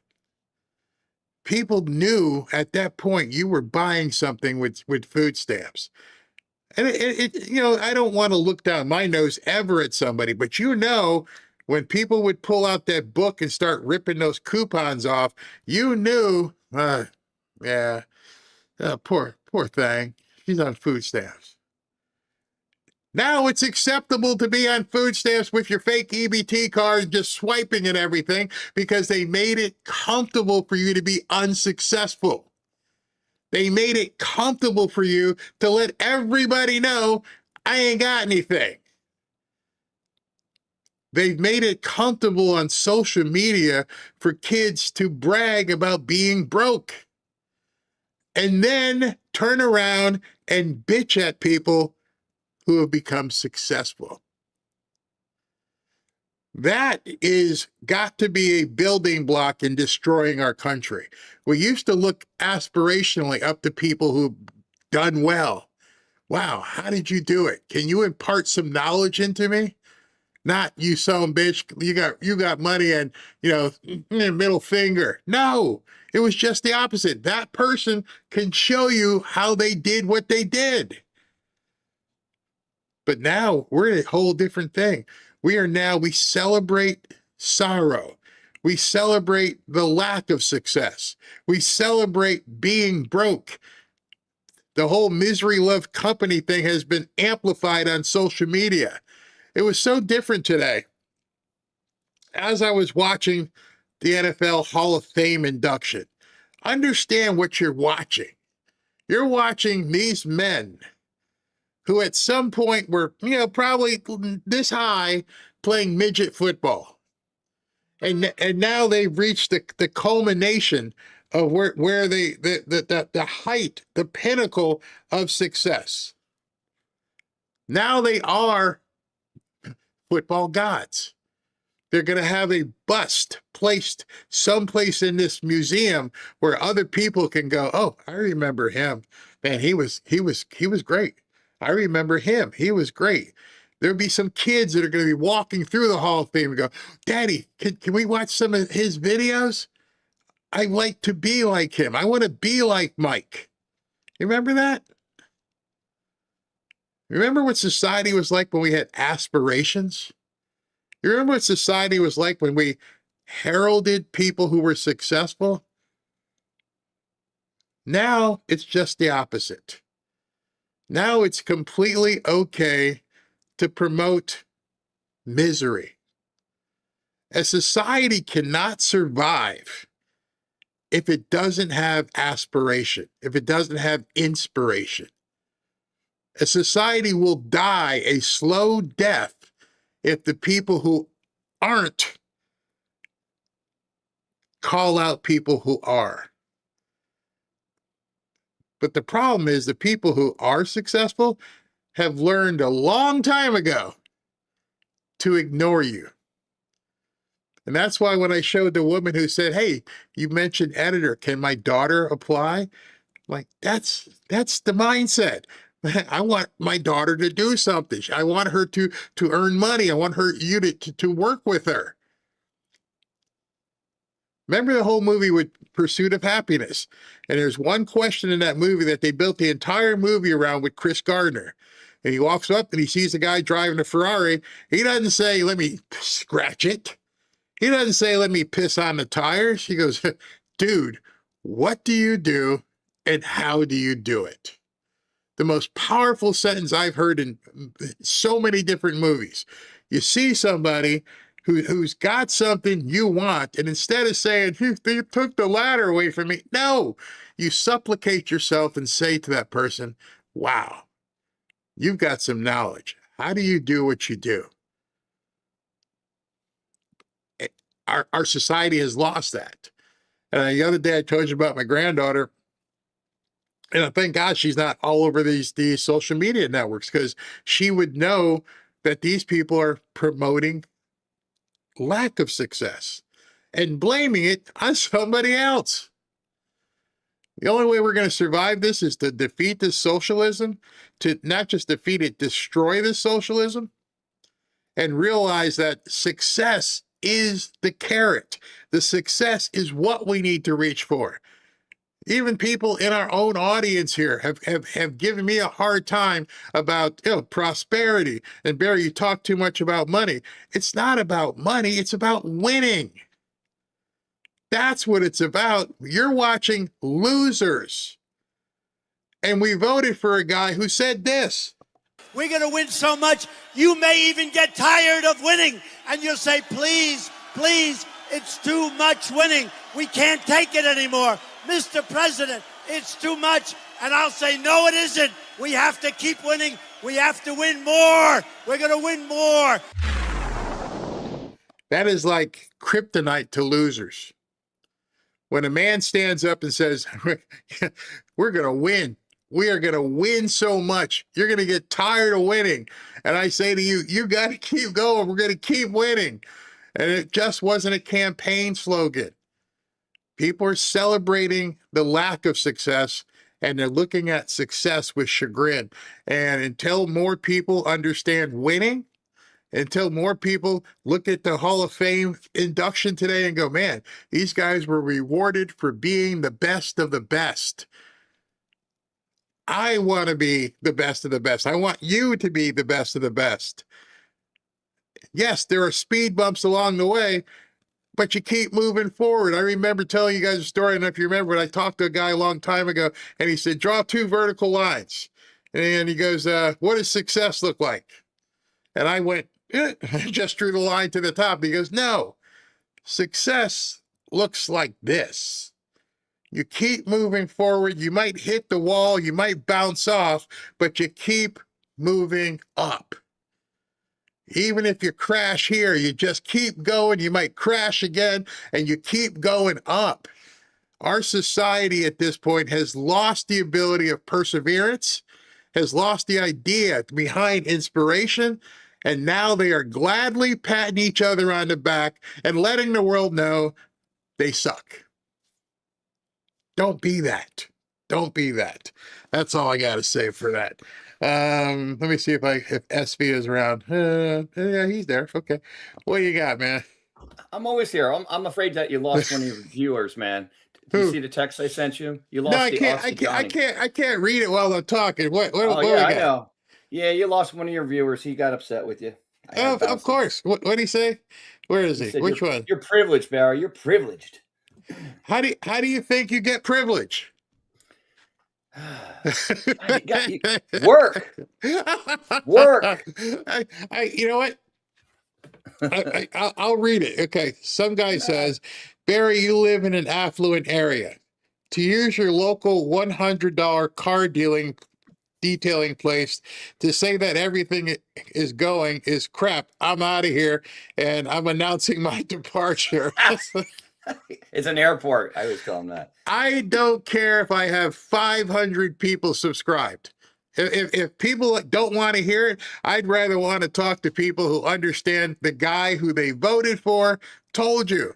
The guy who told you you're going to win so much. And that's right. Everything that Rob and I have done and what Ashley's done, there's no secret. It's been just doing what he says. Hey, okay, let's jump in this. Let's go this way. Let's do this. Hey, we're going to do AI. Oh, I guess I better teach myself some AI. Ashley, better learn some AI. Hey, you know what? Look into this. Look into gold. Look into silver. Look into real estate. I was a real estate mogul. What? And now your granddaughter, too. Look at that. And so I'm thinking to myself, you voted for this. Why does it piss you off that people are succeeding? Would you rather we all sat here, SV, I don't know what I didn't pay the light bill. Oh boy. Wait. I think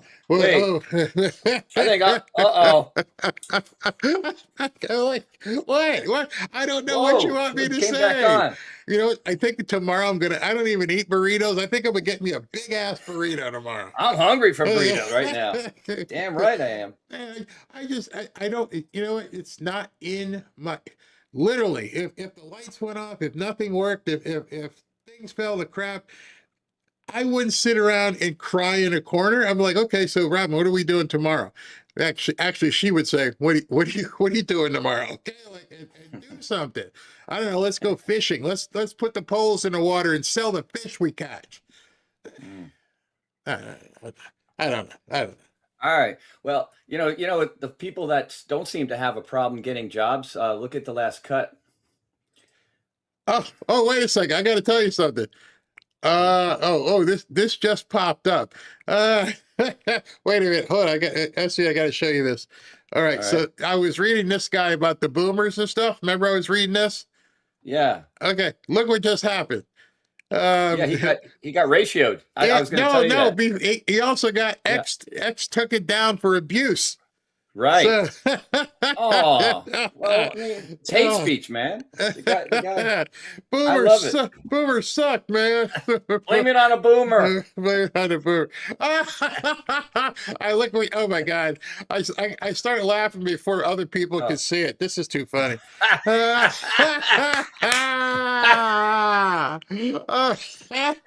Donald Trump, get the card now. Supplies are limited. Oh my gosh. Check it out. Assist. Look at it on the assist. Too many to count. Mystics. Oh my gosh. They're getting they are getting completely destroyed. Oh my God, Donald Trump. I don't even know how you found that. I find it, Barry. I have more. Oh my God! Oh my gosh! Go to my X page. I post a lot of stuff that you can't see here. That's a good one. Oh, you know what? And they deserve it. They deserve every bit of that. Oh my God! All the years that it's good for the goose. All right, so I can't show this video, but I can let you talk can't show about the video. it. I was gonna tell you can't. But Amazon apparently is they hire a lot of illegals because ICE Seattle has just arrested another driver just a couple of days after the last one. So it must be a Seattle thing, perhaps. They go, how many illegal aliens does Amazon employ? They should be forced immediately to check citizenship of their drivers and replace them with Americans. Stop facilitating the invasion. Wow. I did not know that, but you know, I mean, so now I got to watch when I go out and see the Amazon truck. I'm going to be like getting off the road, you know. I mean, oh my gosh. Tractor trailers, Amazon trucks. What's next? It's funny. As much as they've been complaining, Tom Homan isn't slowing down at all. I mean, he's going hard on these people. Very hard. Absolutely. Oh man, has Trump posted anything? I'm looking here. He hasn't posted anything yet today. Nope. No. He posted that Kamala video. That was about it. Yeah. That was funny. They actually want people to tell you who they really are.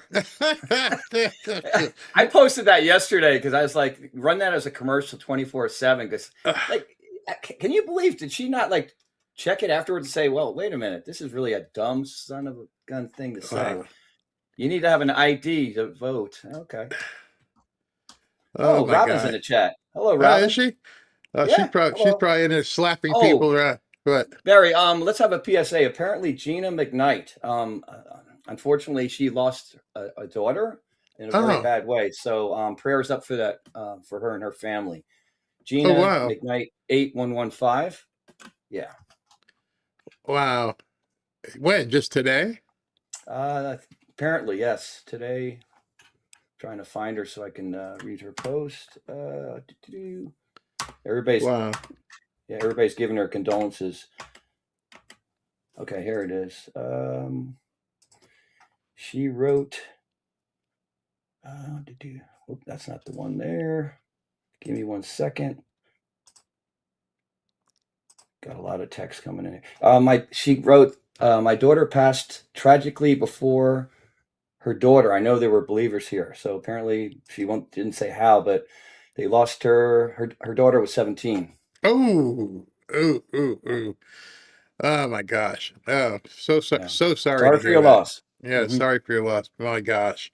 Especially at 17. Man. Wow. See now, I got to read super chats, but I don't feel like reading super chats right now. You know, let me cut to this, and then I'll come back. All right. All right. Have a good night there. All right.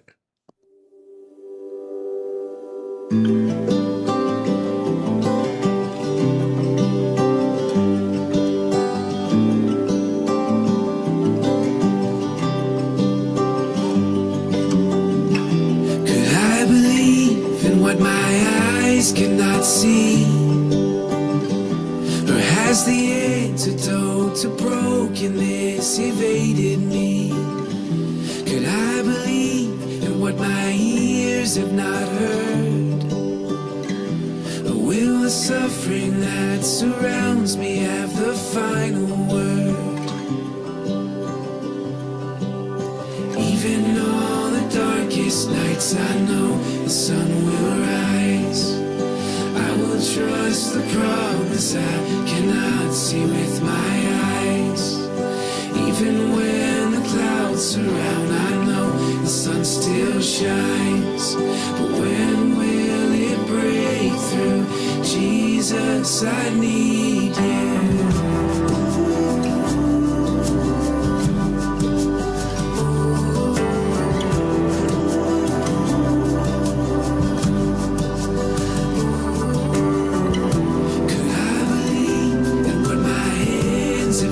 Touched, or will the weight of disappointment apprehend my trust? Can I believe in what my mind cannot know? Or could the number of the stars contain my fragile hopes? Even on the darkest nights I know the sun will rise. Trust the promise I cannot see with my eyes. Even when the clouds surround, I know the sun still shines. But when will it break through? Jesus, I need you. When will it break through? Jesus, I need you. When will it break through? Jesus, I need you. Jesus, I need you.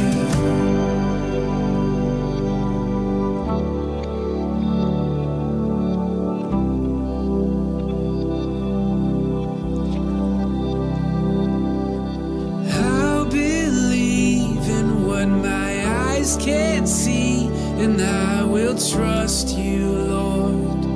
I will trust you, Lord.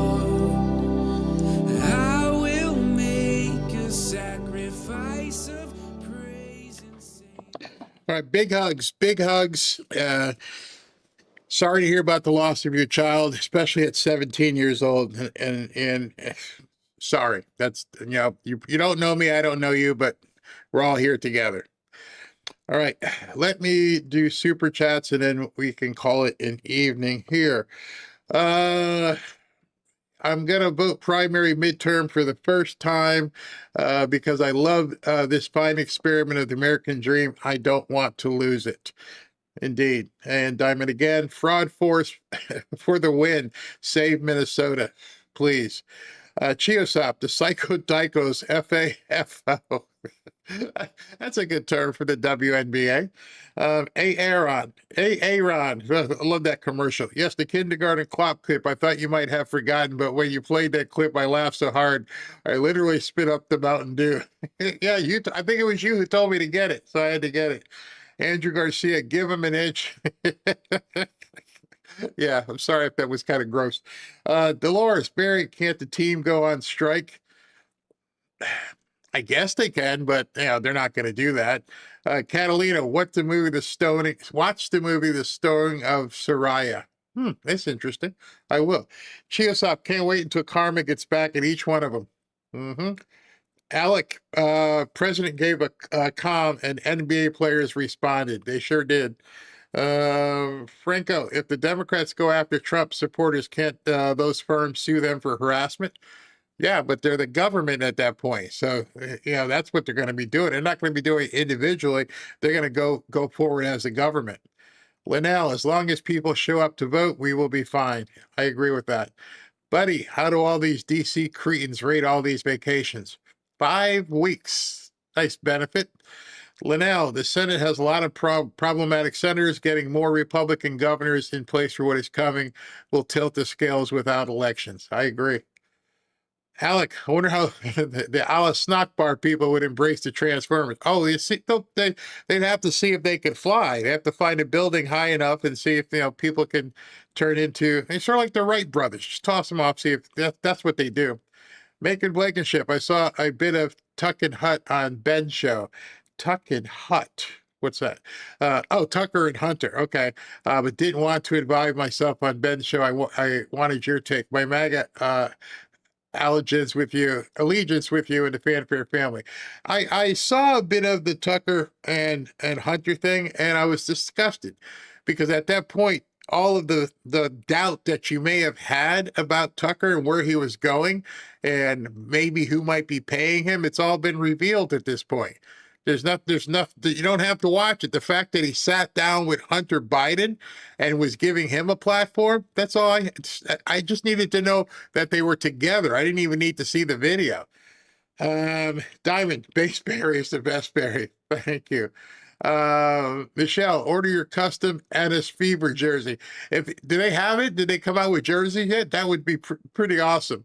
Linnell, my oldest daughter works for the State Department and is about to move overseas for 2 years to be operational manager of a U.S. embassy. She's 32, still has the same car from 2012, and no debt. That's the way to do it. Alec, there are multiple reasons why they are against AI. Can't let China fall behind. Can't let prosperity set in.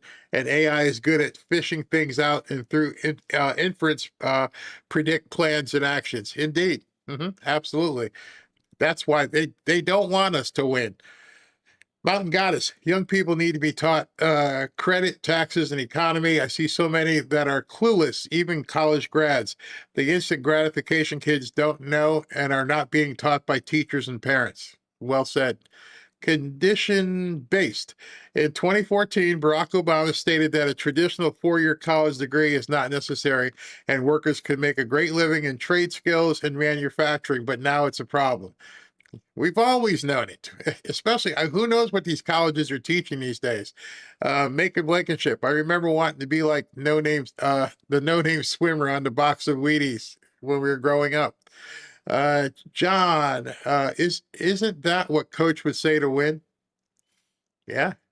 Chiosop, Commie Kathy trying to distance herself from the DSA. Kathy Hochul, is that who you're talking about? Kamala. No, Kathy. Lady Gizmo, I had 3 jobs in my late 20s, early 30s, and raising a 10-year-old all by myself. I made every penny work and teaching my son that nothing is ever given to you. Work hard. Yeah. Very well said. And AVP, it's discouraging when you have the merits but don't get hired because the boss hires a friend with no skills instead. Yeah, that does happen. Obviously that happens. But again, you will always be able to find your way if you provide value for somebody else. There's tried and true. If you show somebody else how they can make money, if you show somebody else how you can be valuable to their team, they're going to bring you on because the more value you bring to them, the more value you bring to yourself. And you just have to remember that. But a lot of these kids, for some reason, they don't want to hear it. They want to wallow in grief, misery. And I hate how it sounds. I don't want to sound like, hey, back in our day type thing. But I know just now, I'm not even talking about back in the day. I know that you got to bring value. The world has changed. Some of the stuff that we grew up on, we went to college, like I've mentioned before, I know at least 2 lawyers who stopped being lawyers and are talking legal stuff on YouTube. They realize I can do this legal stuff for 40 years, or I can, critique cases on television. I can tell people my knowledge, and they're making a killing doing it. They're making a lifetime of legal fees in like 2 years. And so you find what other people want, find an audience, whether it's online or offline, where you can provide for them. You got it made, absolutely made. Yeah, I nobody asks. That's the funny thing. They complain. If you go on X right now and put in burrito, there's probably 50,000 posts, and you can go through a bunch of them. It's like, any of you guys want to figure out what you did wrong? No. Okay, it figures. All right, I'll see you guys tomorrow.